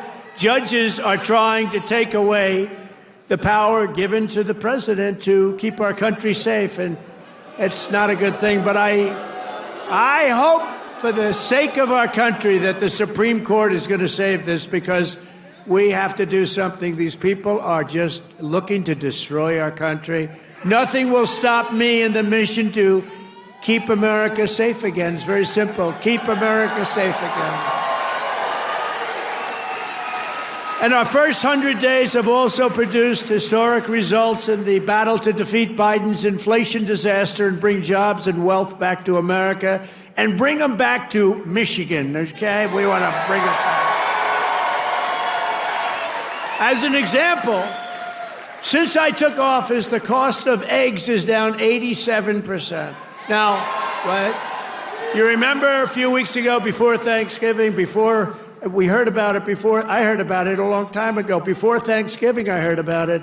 And then I was hearing that I wasn't president. This guy was barely president. Nobody knew, was he president? Who the hell was president? To this day, I say it was the one that operated the auto pen, but what do I know? But I was hearing about eggs, and then all of a sudden we have a great election victory. And my first week in office, they start screaming at me, "What about the price of eggs? Eggs, eggs." I said, "I've only been here for 6 days. I was there 6 days." I said, "What's wrong with eggs?" They said, "The price of eggs has gone through the roof, and you won't be able to have them for Easter." So I put a very capable Brooke Rollins, who's our wonderful Commissioner of Agriculture that you know in Michigan. I said, "Brooke, I've only been here 6 days before I heard, maybe even less, maybe 5, maybe 4. But it was my first week. And I said, "Brooke, you got to save me here. I'm getting killed about eggs. What the hell's going on with eggs?"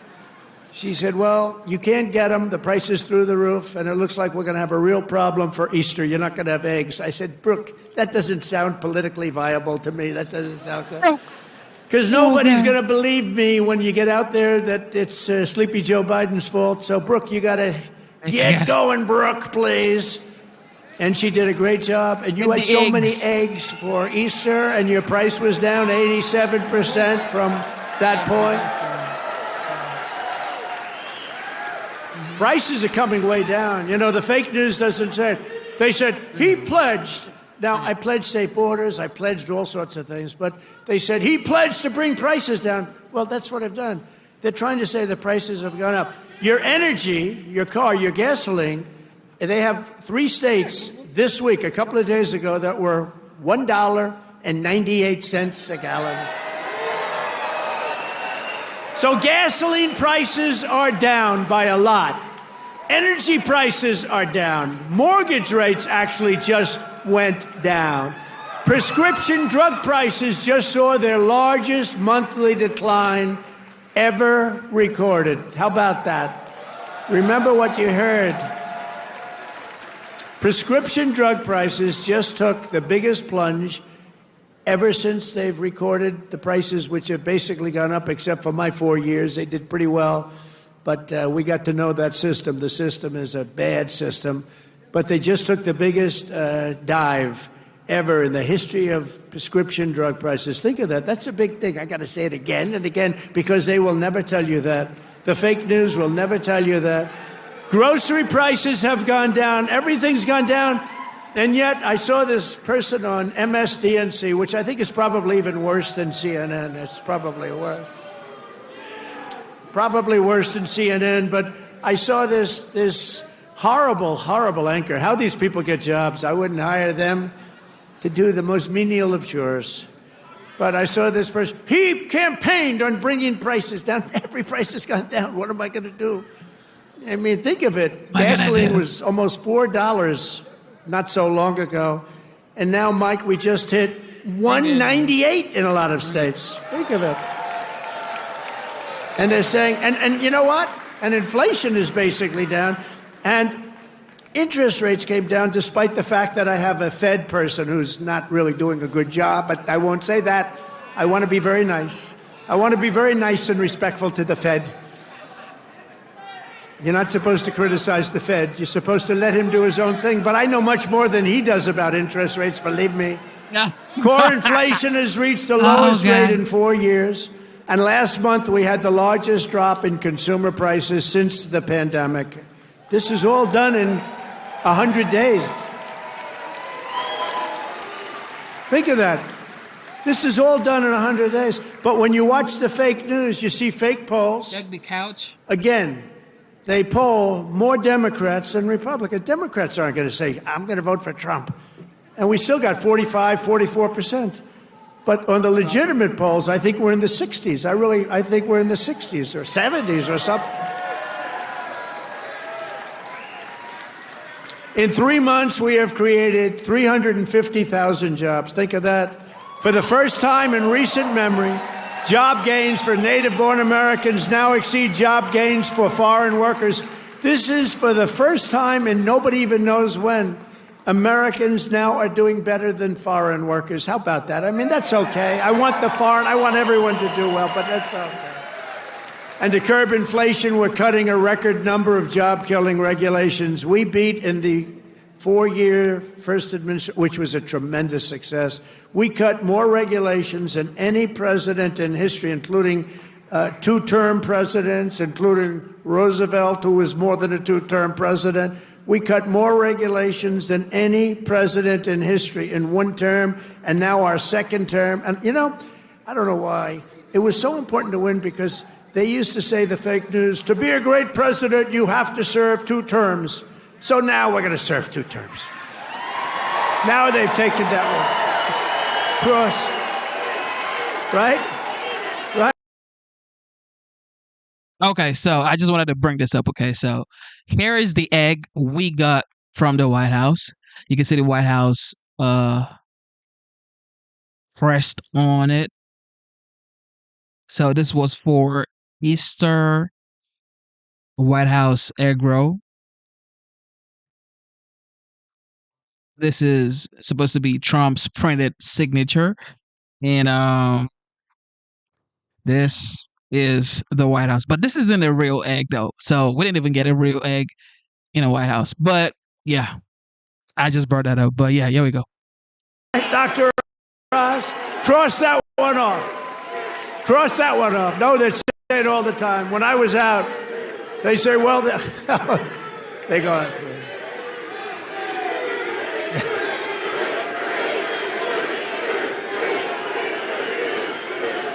Thank you.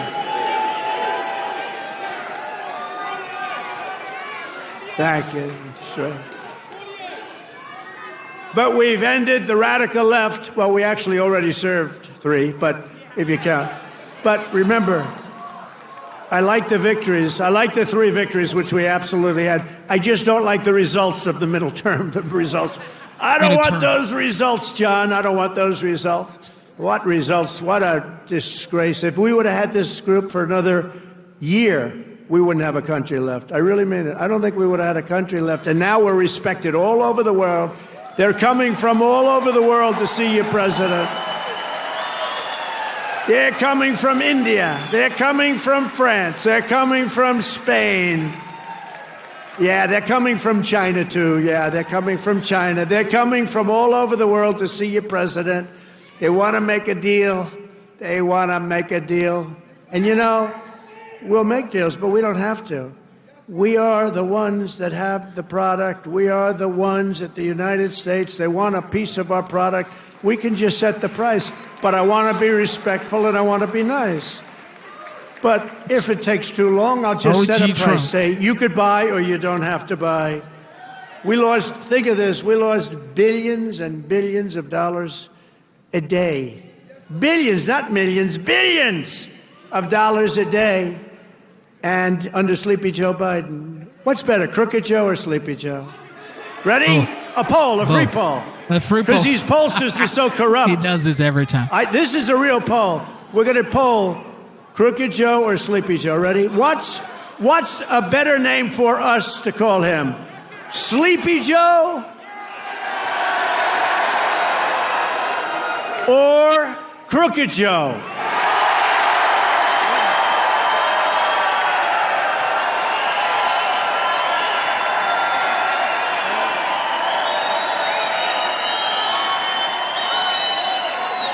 I'm not surprised. This happens. I sort of loved Sleepy Joe. You know, it just had a nice ring to it. Because he had one ability I didn't have. He goes to the beach, right?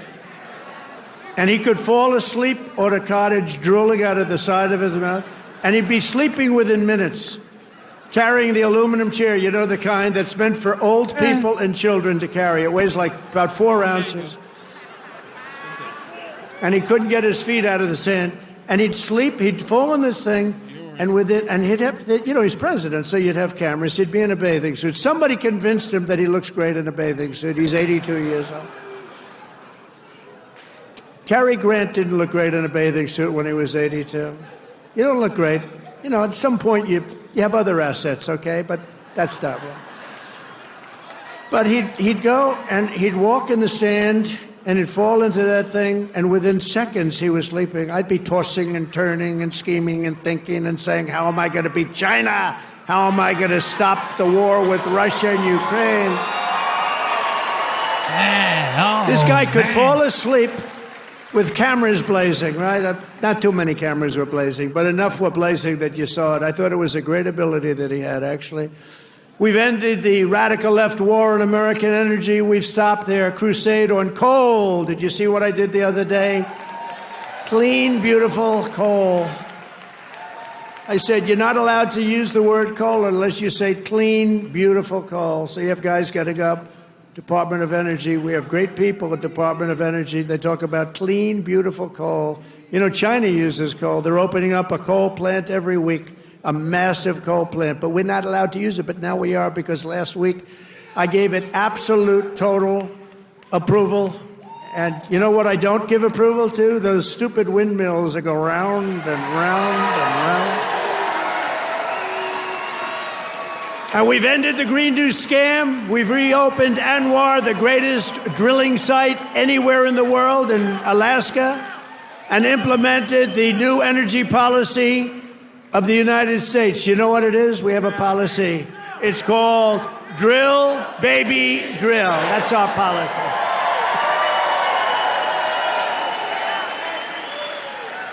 That's our policy, Michael, right? Great Michael Whatley, head of the Republican Party. He's done a good job. Him and Laura, they took the party by storm, right?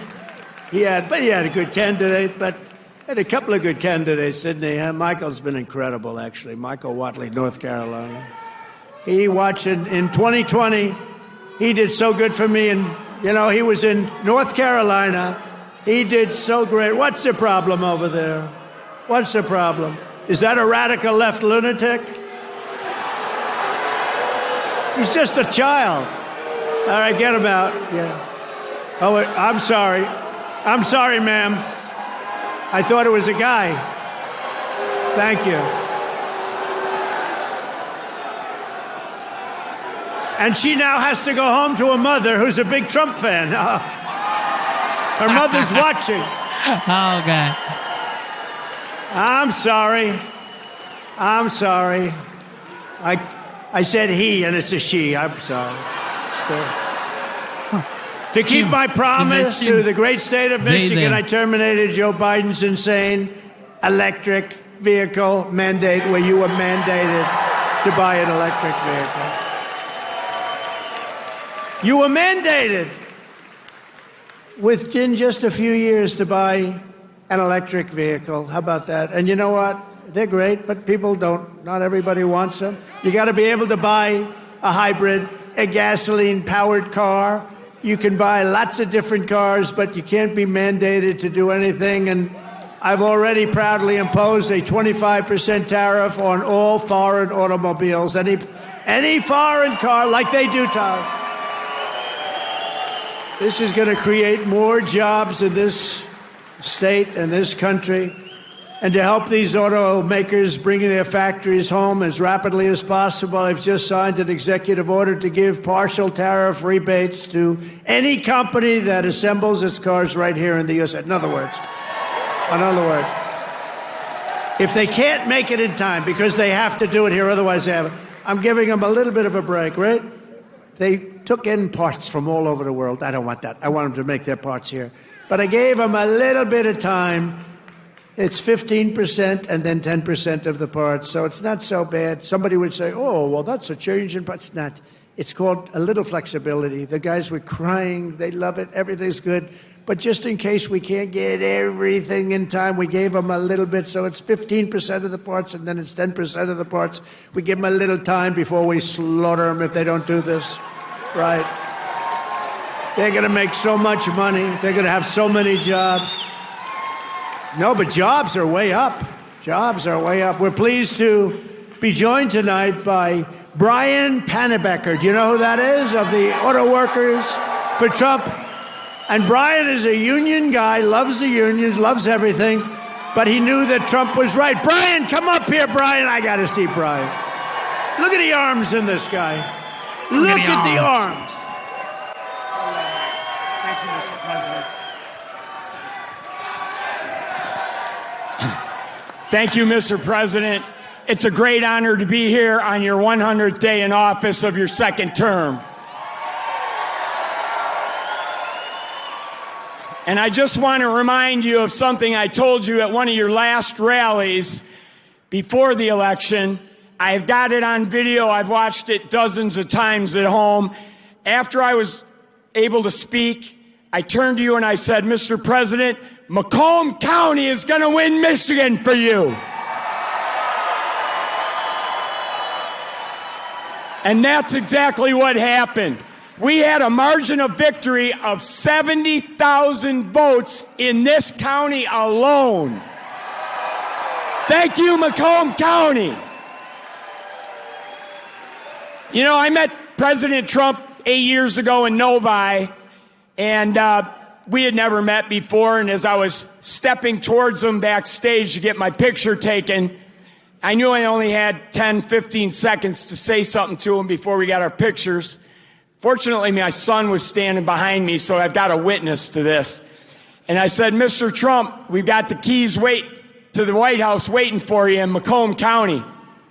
And he kind of chuckled. He said, oh, yeah, how's that? And I said, well, Macomb County is the home of the Reagan Democrats.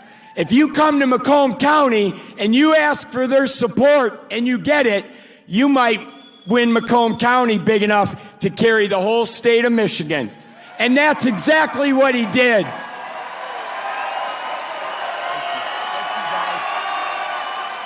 So I want to say thank you to the auto workers, everybody who works in the automotive field, the suppliers, every one of you, the truck drivers.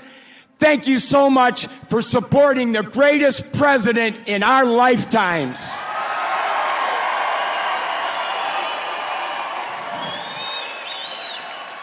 Now, I've got a little business announcement I want to make. I hope the president doesn't mind. But when I was backstage with him earlier and got my picture taken, I said, Mr. President, I've got a deal that you can't refuse.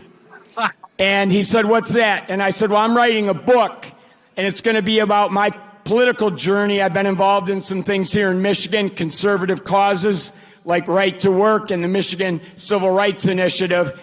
And I said, you have a publishing company, Winning Team Publishing. It's run by Don Jr. and his partner. I said, I'll agree to use your publishing company if you agree to write the foreword to my book. He stuck out his hand and said, I'll do it. That's how you negotiate with the best negotiator in the world. So listen, I got one last thing to say. All of us have a job to do. Number one, we have to win the 2026 elections. It has to happen. Sri Thanadar, that lunatic Democrat from Detroit, is already threatening to impeach President Trump if they get the majority back. But luckily, right now, we've got good people in Congress like Congressman John James over here who are stopping that from happening. But listen up. So we got to get out, and we don't have any time to waste. We got to start talking to our friends, our neighbors, our family, our coworkers. The campaign for 2026 starts tomorrow. We've got to win that election. So the work is not over. The work has just begun. November 5th was not the end. It was the beginning of the golden age. And let's all tell President Trump how much we support what he's done the first 100 days in office.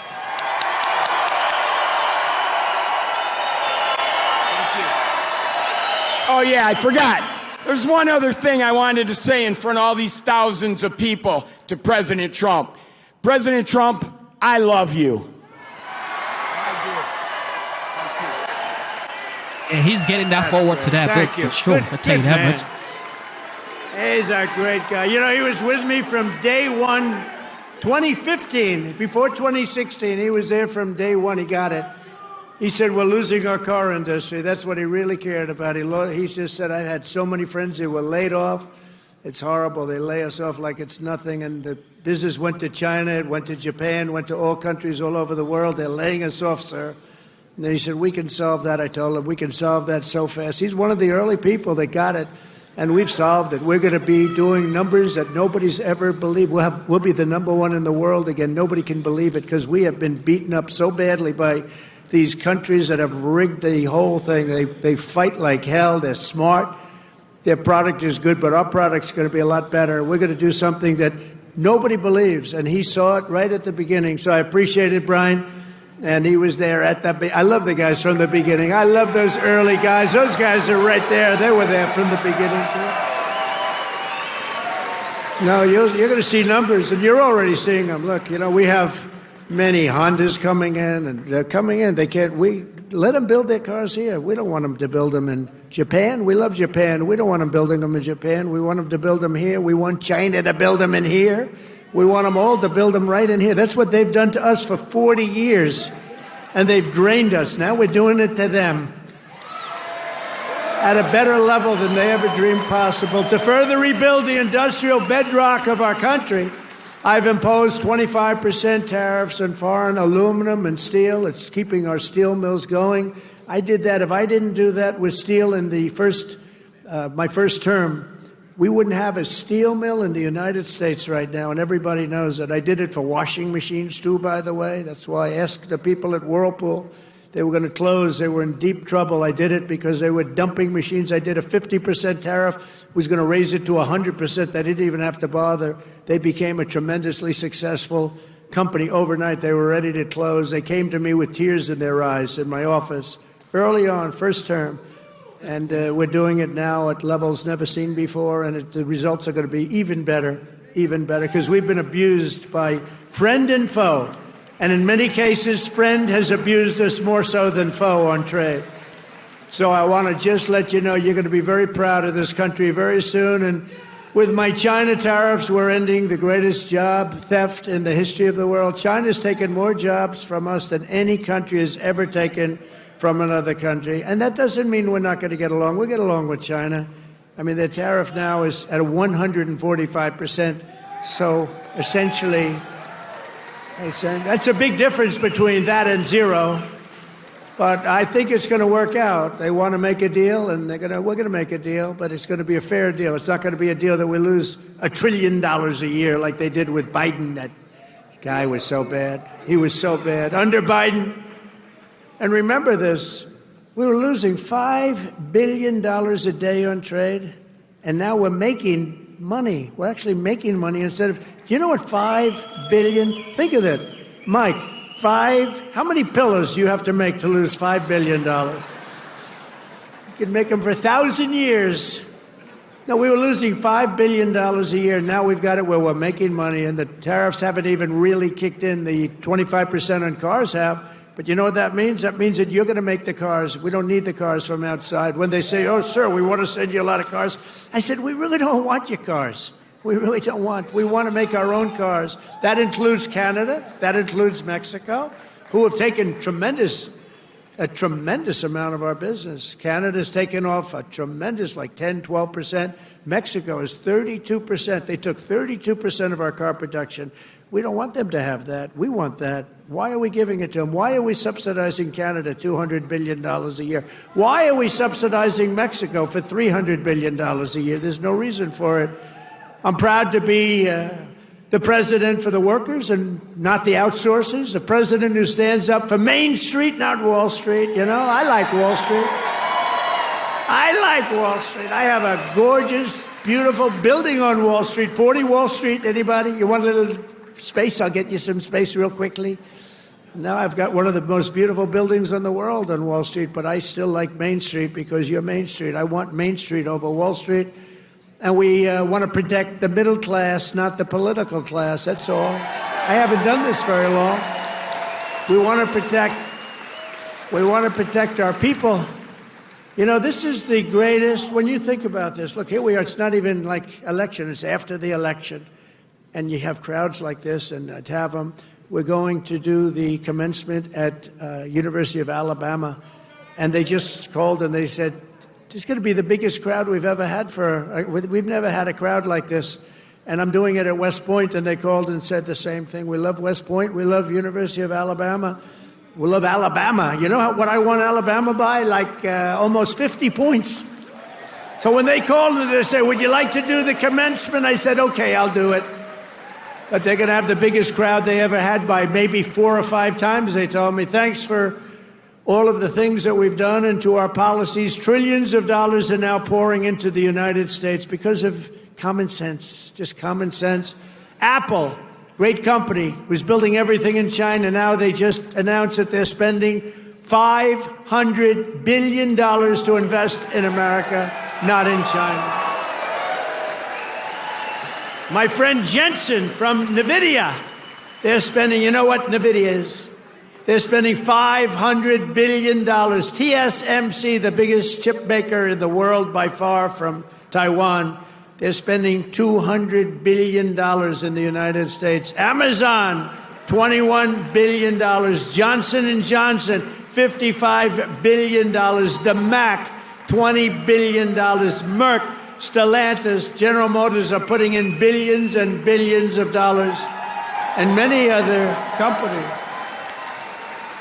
And as a result of our policies, for the first time in modern history, more Americans believe that our country is headed in the right direction than the wrong direction.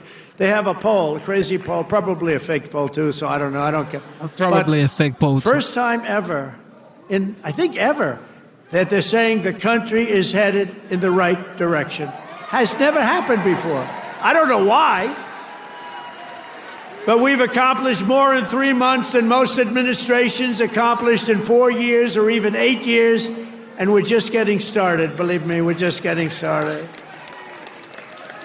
We're pleased to be joined by some great people. A person that number one, I have so much confidence in him. The fake news is after him, really after him, but he's a tough cookie. They don't know how tough he is, Secretary of Defense, Pete Hegseth. Pete.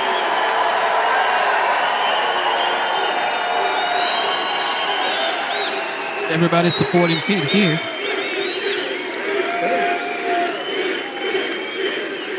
Wow, that's pretty good. How are the Houthis doing? Not too good, right? Our new administrator of the Center for Medicare and Medicaid Services, somebody that everybody knows, but this guy, you know, the show was a big success, but sometimes it hurts your image to have a television show. He's the top, he went to Harvard. I shouldn't even mention that anymore because that used to be a good thing. Today it doesn't mean much. But he went to University of Pennsylvania Medical School, top student, top doctor, top everything. One of the smartest guys in medicine, also a big star, Dr. Mehmet Oz. Dr. Oz, thank you, doctor. Thank you. A man who waited today just came here. He was all sweaty and grimy. I said, what the hell happened? He ran into the building because he wanted to vote in Congress. And I hear we passed the vote, John James, by a lot, right? And thank you for making it here. He had to vote. I said, John, do me a favor, stay and vote. We're voting essentially on the big, beautiful, that gorgeous, big, beautiful bill. I said, you know, I want you there badly, but you got to vote, please. So thank you very much, John. Good job. Michigan House Speaker Matt Hall. Matt, thank you. Thank you, Matt. Michigan Senate Republican leader Eric Nesbitt. Thank you, Eric. Thank you very much. Michigan GOP Chair Jim Runstead. Thank you, Jim. Good job. Nice tie. Thank you, Jim. Great job. One of my favorite people. I mean, we just had such success. You know, we had so many votes stolen in 2020, and then this guy came in, and they didn't steal him from his state, North Carolina, I told you. But they didn't steal him. He had 601 lawyers, and they had lawyers at every voting booth. And I said, who is that guy that did so well? Because we won the state. Other states, you know, they inched us out, and, you know, at the end, they just inched us out, crooked as hell. But this guy didn't let that happen. His name is Michael Whatley, North Carolina, and now he's the head of the Republican Party, RNC, and he's great. And I must tell you, he worked with a great woman, my daughter-in-law, Laura, who was unbelievable, who's got a very successful television show. That was a tremendous combination. That was a very important combination. Also the great, and you see him on television, he's unbelievable. Hey, Stephen, come up here fast. The great Stephen Miller. Do we like Stephen? Where is Stephen? Come here, Stephen. I love this guy. I love this guy.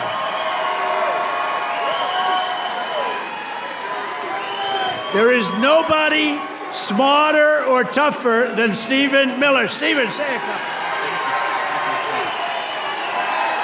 Who's enjoying 100 golden days of America?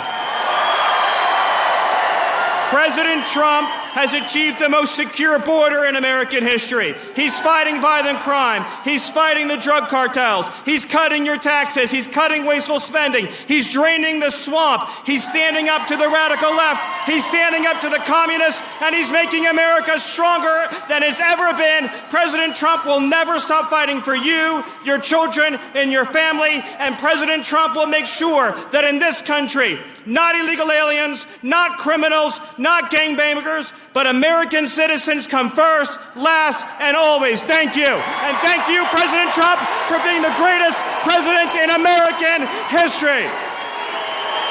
Ow, yo. Oh, man.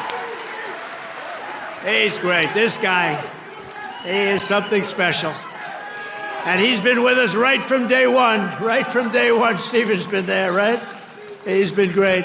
A man who put on about 928 rallies for me. We didn't have a glitch. Justin Caparel. Justin, thank you, wherever you are. He's probably backstage working. We did over 900 of these. Thank you, Justin. And Margot Martin. Does anyone know Margot? Beautiful Margot. I call her the world's greatest photographer. Where is Margot? Margot's great. Where are you, Margot? And she's very shy, actually. She's both beautiful and shy. Thank you. Where? Margot, come up here, Margot. Come up. Come on. You got it. This is the most beautiful. Now, look, I'm not allowed to say this. It's the end of my political career, but I'm going to say it anyway. She's the most beautiful photographer in the world. I don't know if she's the best, but she's the most beautiful. Trump 2028, anybody?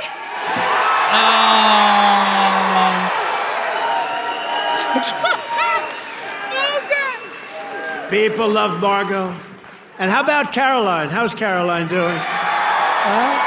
How's Caroline doing? Caroline has taken the world by storm. She's taken it. And, you know, we have a man here that I don't know, but he's defending me all the time on CNN. And he defends me really well, but he can't go too far, because if he goes too far, he'll get fired. I said, you're amazing. You can take it right to the edge.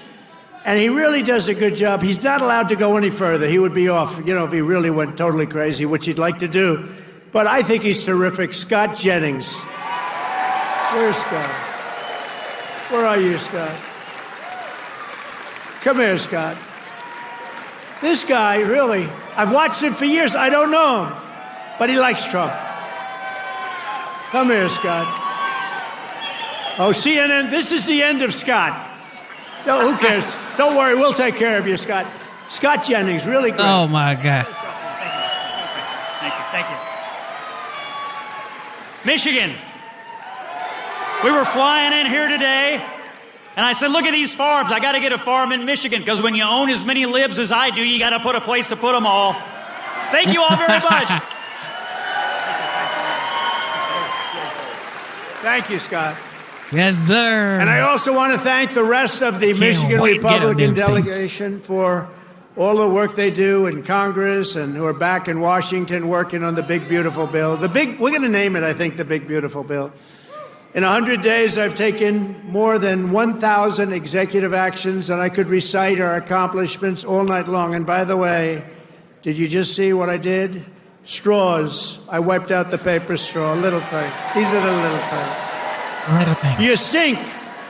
You ever try buying a new sink and no water comes out? Your shower heads, your toilets, the whole thing, it's a disaster. We now have it so you can have as much water as you want because it's not an environmental problem. You have areas that can't get rid of their water, and yet they put restrictors on them. You used to take them off, but now you can't because they're welded in, but now you don't have to worry about that because we've opened up your faucets and we've opened up, especially me. I don't like taking a shower where the water goes drip, drip, drip onto my luxuriant hair. I need a lot of water. I need everything I can get. I don't need to be under a shower trying to get water to come out of that damn thing. So we've opened up the shower heads, the faucets, the toilets, the washing machines that don't give you water. All of that stuff has been opened up, and we're giving you gas ovens, gas stoves, if you'd like. No more electric. You can have electric if you want. I have a lot of friends, they like gas better.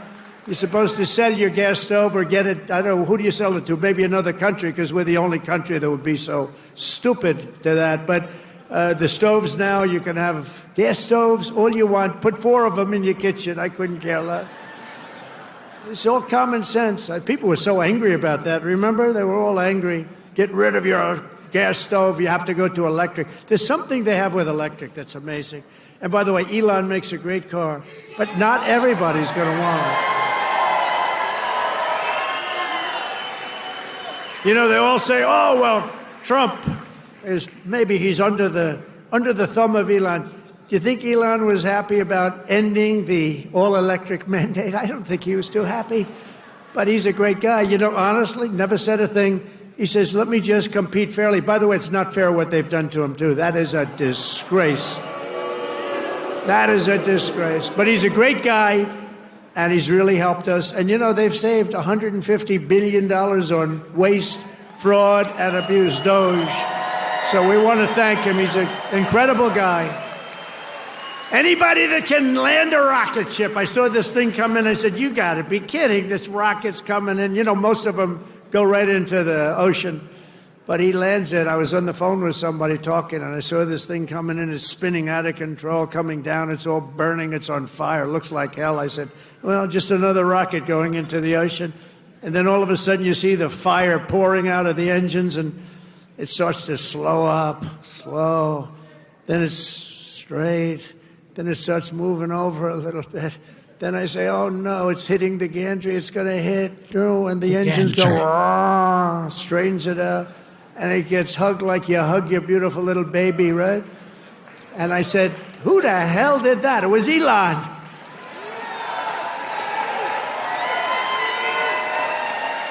And he told me, you don't have a space program if you have to drop $1 billion machine into the water every time you fly. You have to save those suckers. So he does. He's an amazing guy, and he's a great American, and he loves our country. He loves you. And he's paid a big price to help.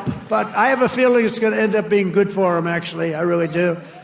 I established the new Presidential Commission to Make America Healthy Again, chaired by our new Secretary of Health and Human Services, Robert F. Kennedy, Jr. He's doing a good job, Dr. Oz, right?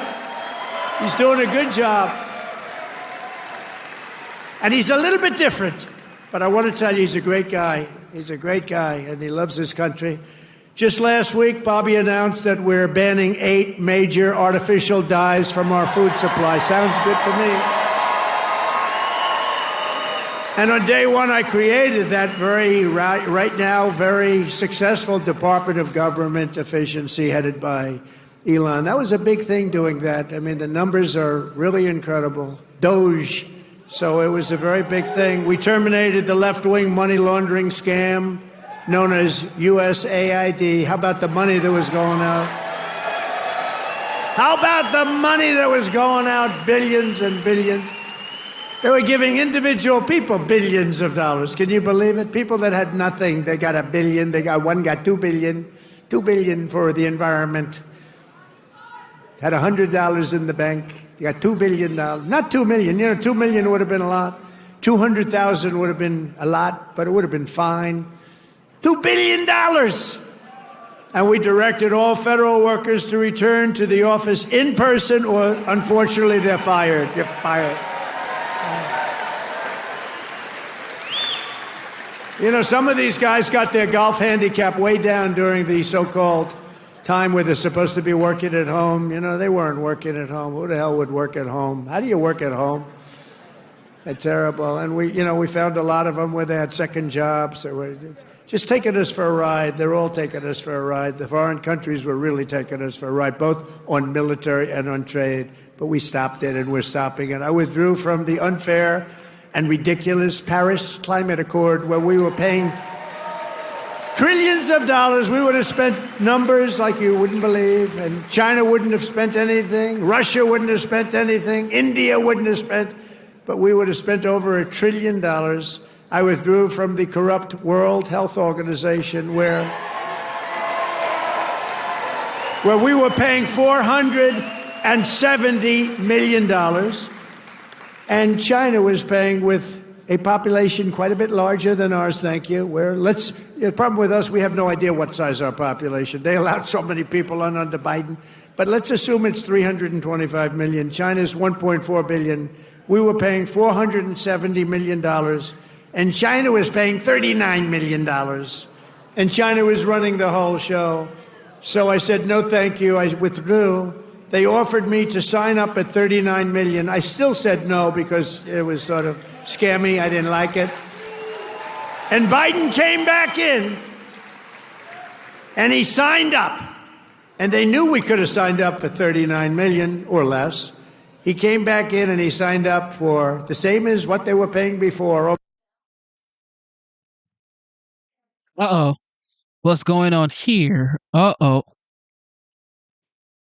He said, no, we're going right back in. Okay, I can understand that. But you go in for $39 million. They could make a deal for $39 million. They signed up for $472 million. And I withdrew from the anti-American UN Human Rights Council, which is totally disgusting. In 3 months, my administration has brought home 46 American hostages and citizens detained abroad. We paid nothing. We don't pay. We don't pay. You know, if you pay, those kidnappings go way up. We don't pay.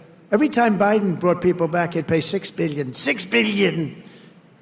$6 billion. 3 times they brought back 3 hostages. Oh, how is it? Well, I think it's a fair deal. What do we pay? $6 billion. Wait a minute. For 3 people, $6 billion. $6 billion. It's not right. I mean, it's just not right. They have no idea. Honestly, grossly incompetent, stupid people. More than Biden brought home in 4 years. We brought more back in just a matter of weeks than Biden brought home in years. And he paid a fortune and we paid nothing. We got Mexico to turn over 29 of the biggest cartel leaders in their country.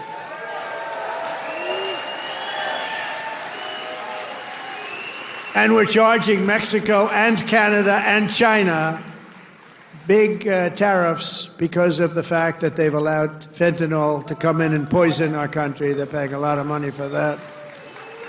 And because of that, you'll watch, it's going to stop. It's already slowing down. Within 6 weeks, we also apprehended the terrorists responsible for the attack that killed 13 American service members, known as Abbey-gate. I got to know them. I got to know those families very well. They're devastated during the disastrous withdrawal from Afghanistan and brought him home. I mean, we brought this guy home to America. We got the guy that did it. We got him. They were looking for years, but we got him. It took us to get him. We got him in the first month. Brought him home to face justice. And it was that gross incompetence that probably led Putin to go in and attack Ukraine, because they were never going to. That was never going to happen. If I were president, the Ukraine-Russia war would have never, ever happened, not even a little chance. We have ended the weaponization of law enforcement and fired Joe Biden's handpicked. These are pro-crime U.S. attorneys, except if it's a political person like me. You know, I was under investigation more than the late, great Alphonse Capone. Al Capone was the greatest gangster of them all. If he had dinner with you, and if he didn't like you, you were dead. You were a dead person. You'd be under a foundation somewhere in a nice big building or sports center going up. And I spent far more time under investigation than Alphonse Capone. How about that? You like that? I didn't like that. I didn't like it. We removed senior FBI officials who were corrupt and misdirected the resources they sent to SWAT teams after grandmothers and J6 hostages, what they did to those J6 hostages. And they did nothing to the people that took over Portland and took over Seattle. They literally took over a big portion of Seattle, or in Minnesota, Minneapolis. You remember that disaster where they said, no, this is a peaceful rally. The CNN lunatic anchor, the guy has about the personality of an ant. This is not a man meant for television. He said, no, the rally is quite peaceful. Then he got hit with a brick or something. And over his shoulder, the entire skyline of Minneapolis was burning. You remember that one? The entire skyline was burning. And I have to be careful, because that gentleman right there, one of the greatest purchasers of advertising in the history of the world, Mike Lindell, there has never been a better purchaser. He comes from Minnesota. No, congratulations. He's the greatest purchaser of ads in history. If he would have bought my ads, I could have had 10 times more ads on. There's never been. Is there any station that doesn't have a pillow ad in? But he's great, and he's doing great, and he's got a beautiful new wife and all that stuff, and I'm proud of you. Look at him holding hands. They're still holding hands. I'm very proud of it. That's nice. Usually by this time, in a lot of people I know, Mike, by this time it's over. It's over. Look at you holding hands. I love that. I saw that. I pardoned hundreds of political prisoners who had been grossly mistreated. We created a brand new DOJ task force on anti-Christian bias. It's a big problem. I stripped the security clearances of the disgraced intelligence agents who lied about Hunter Biden's laptop from hell. Remember the laptop from hell? Remember the laptop from hell? When you had the 51 agents, they said, oh, Russia did it. Russia did it. Russia did everything. Russia did it. And it was all like horrible, disgusting stuff. You hadn't seen the worst of it, but it truly is the laptop. By the way, a very brilliant reporter for the New York Post wrote a book called The Laptop from Hell. You ought to read that book. It is really, it tells you the facts, okay?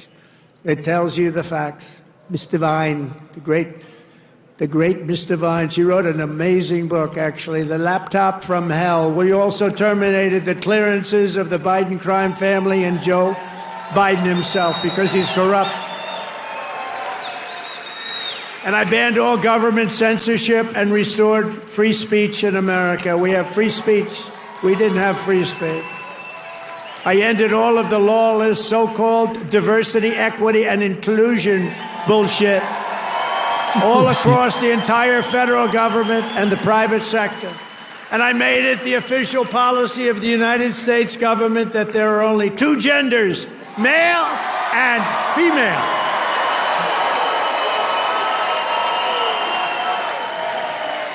And a really easy one, this was the easiest one I had. I banned men from competing in women's sports.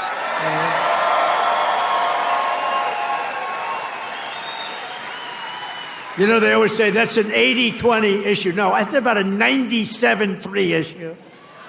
I also proudly banned the use of puberty blockers and other chemical and surgical, right?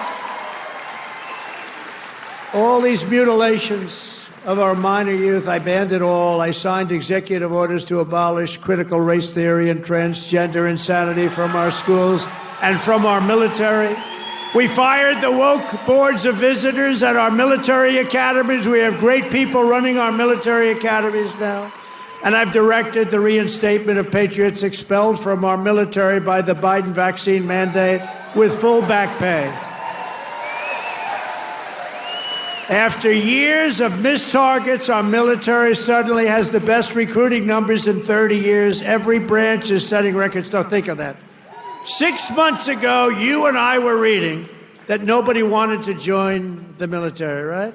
Now, we've just set a record of recruitment that's stuck. We have a waiting list of people that want to go into our military, and we have a waiting list including for police and firefighters, because our country has spirit again. We have spirit. Our country has great spirit again. Last month, I signed a historic executive order to begin the process of eliminating the Federal Department of Education and send education back to Michigan. We're going to send it back to our states, right? We're going to send it back to our states to run. I mean, how the hell bad can we do? We're like in last place.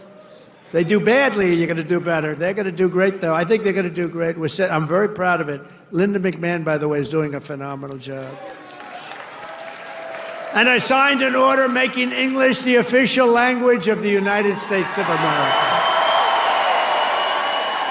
I ordered the release of all remaining files related to the assassinations of Presidents John F. Kennedy, Robert Kennedy, and Martin Luther King Jr., and they're all out there. And I made myself very unpopular in Mexico by renaming the Gulf of Mexico the Gulf of America.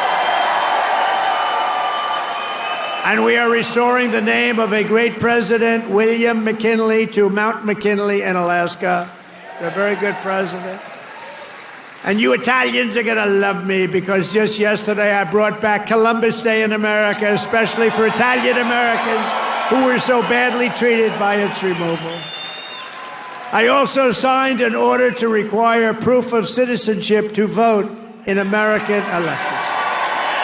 That was easy. And the Democrats fought me on that. Think of it. Why would they want no voter ID? Because they want to cheat. Why would they want to have no proof of citizenship? We don't want it. We trust everybody. No, they want to cheat. That's all they want to do. Think of that. No voter ID. In Michigan, you must never allow ranked choice voting to be here. Never. We've done this all in 14 weeks. That's one. Remember that. 100 days. We've done all of the things that I named and a lot more, and we're counting, and it's going to be better. Wait till you see the results of some of the things that we're doing. In the coming weeks and months, we will pass the largest tax cuts in American history, and that will include no tax on tips, no tax on Social Security, no tax on overtime. It's called the One Big Beautiful Bill, and it will be the biggest bill ever passed in our country's history. It will include the biggest tax cuts, regulation cuts, military supremacy, and just about everything else. We will cut more than $1 trillion in wasteful and unnecessary spending. And in the next fiscal year, it'll all be done. We're going to have something that you won't even believe. We will end inflation, slash prices. We've already ended inflation, raise wages, and give you the greatest economy in the history of the world. That's already happening. With our tax bill, the average family's take-home pay will be at least $5,000 more than it was just a couple of months ago.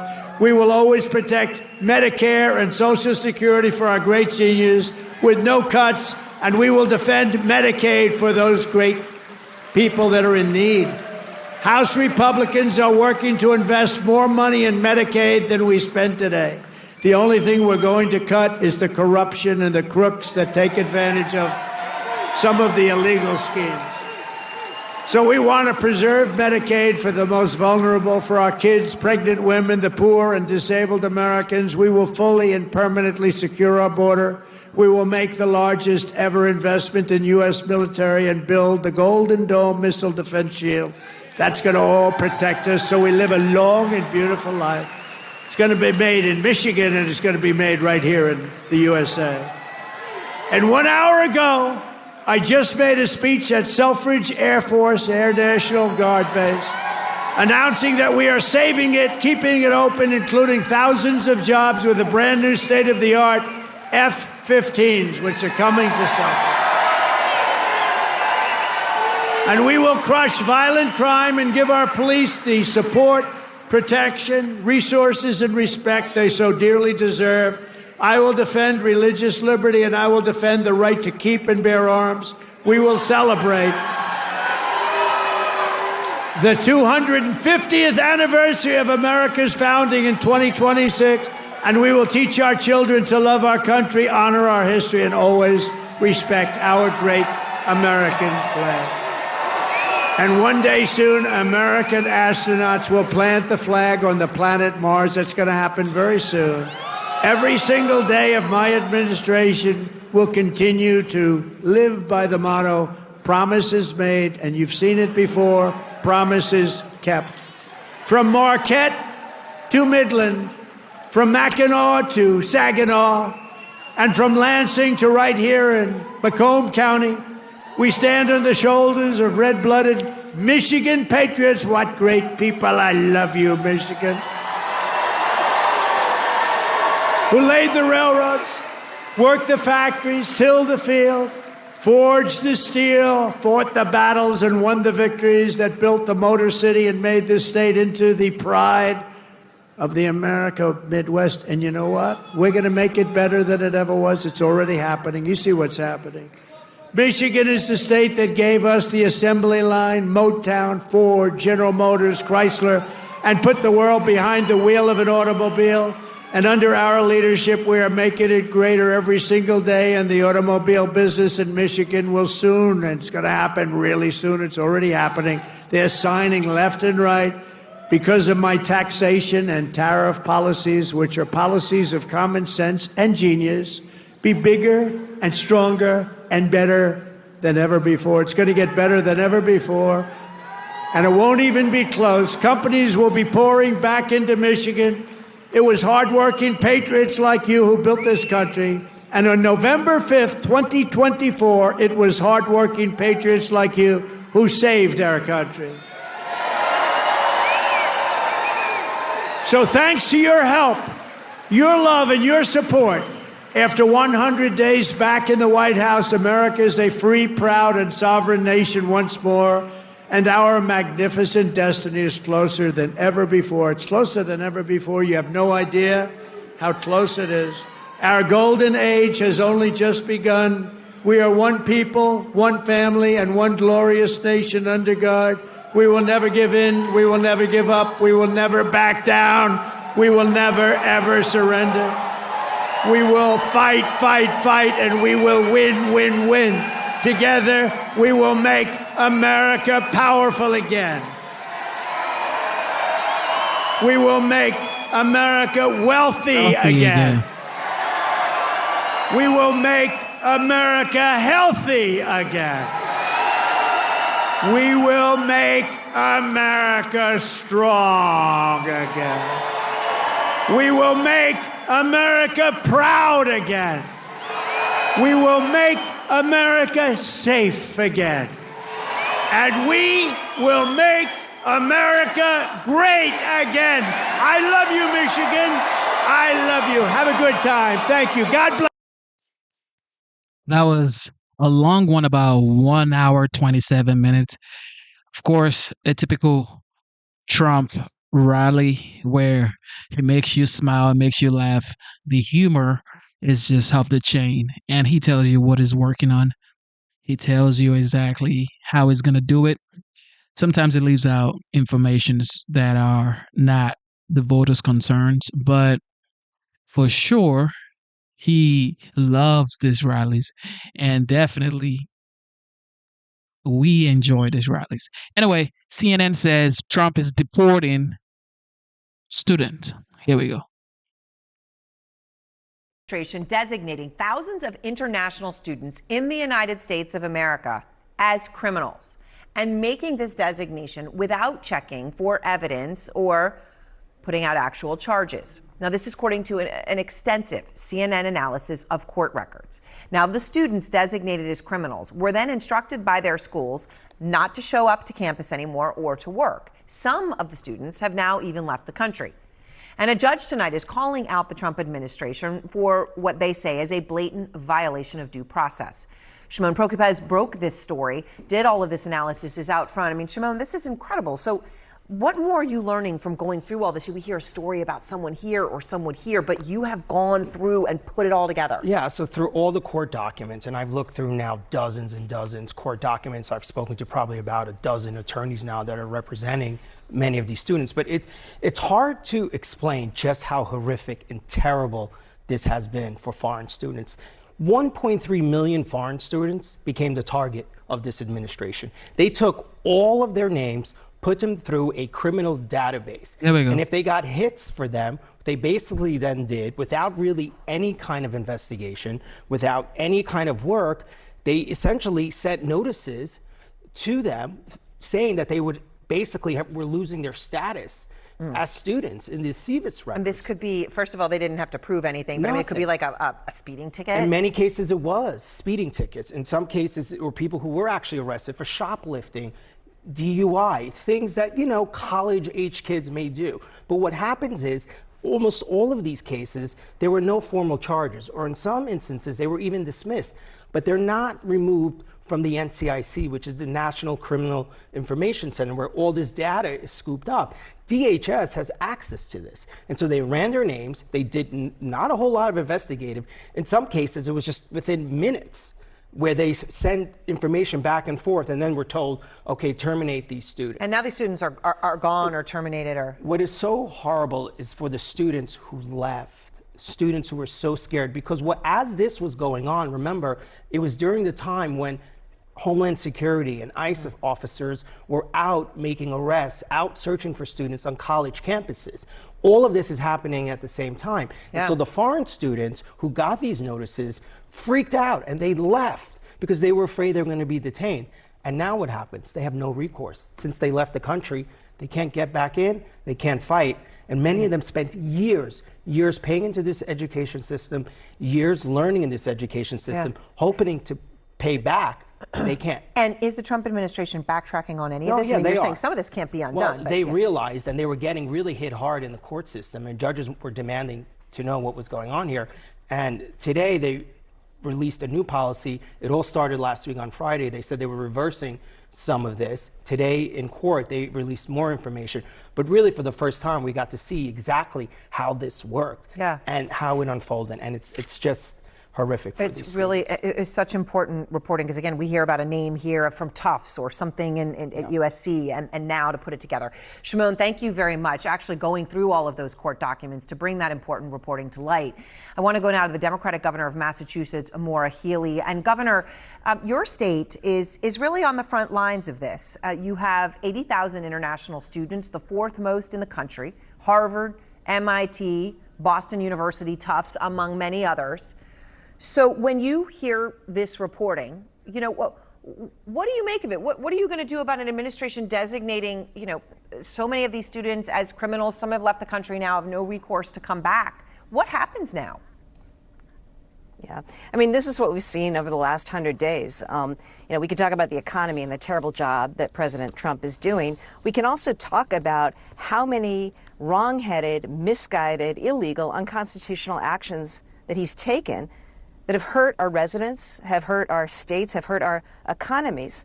This is an example of this, Aaron. And I am a governor today, but for 8 years, I was the Attorney General of Massachusetts. I'm a prosecutor, and I know something about the law.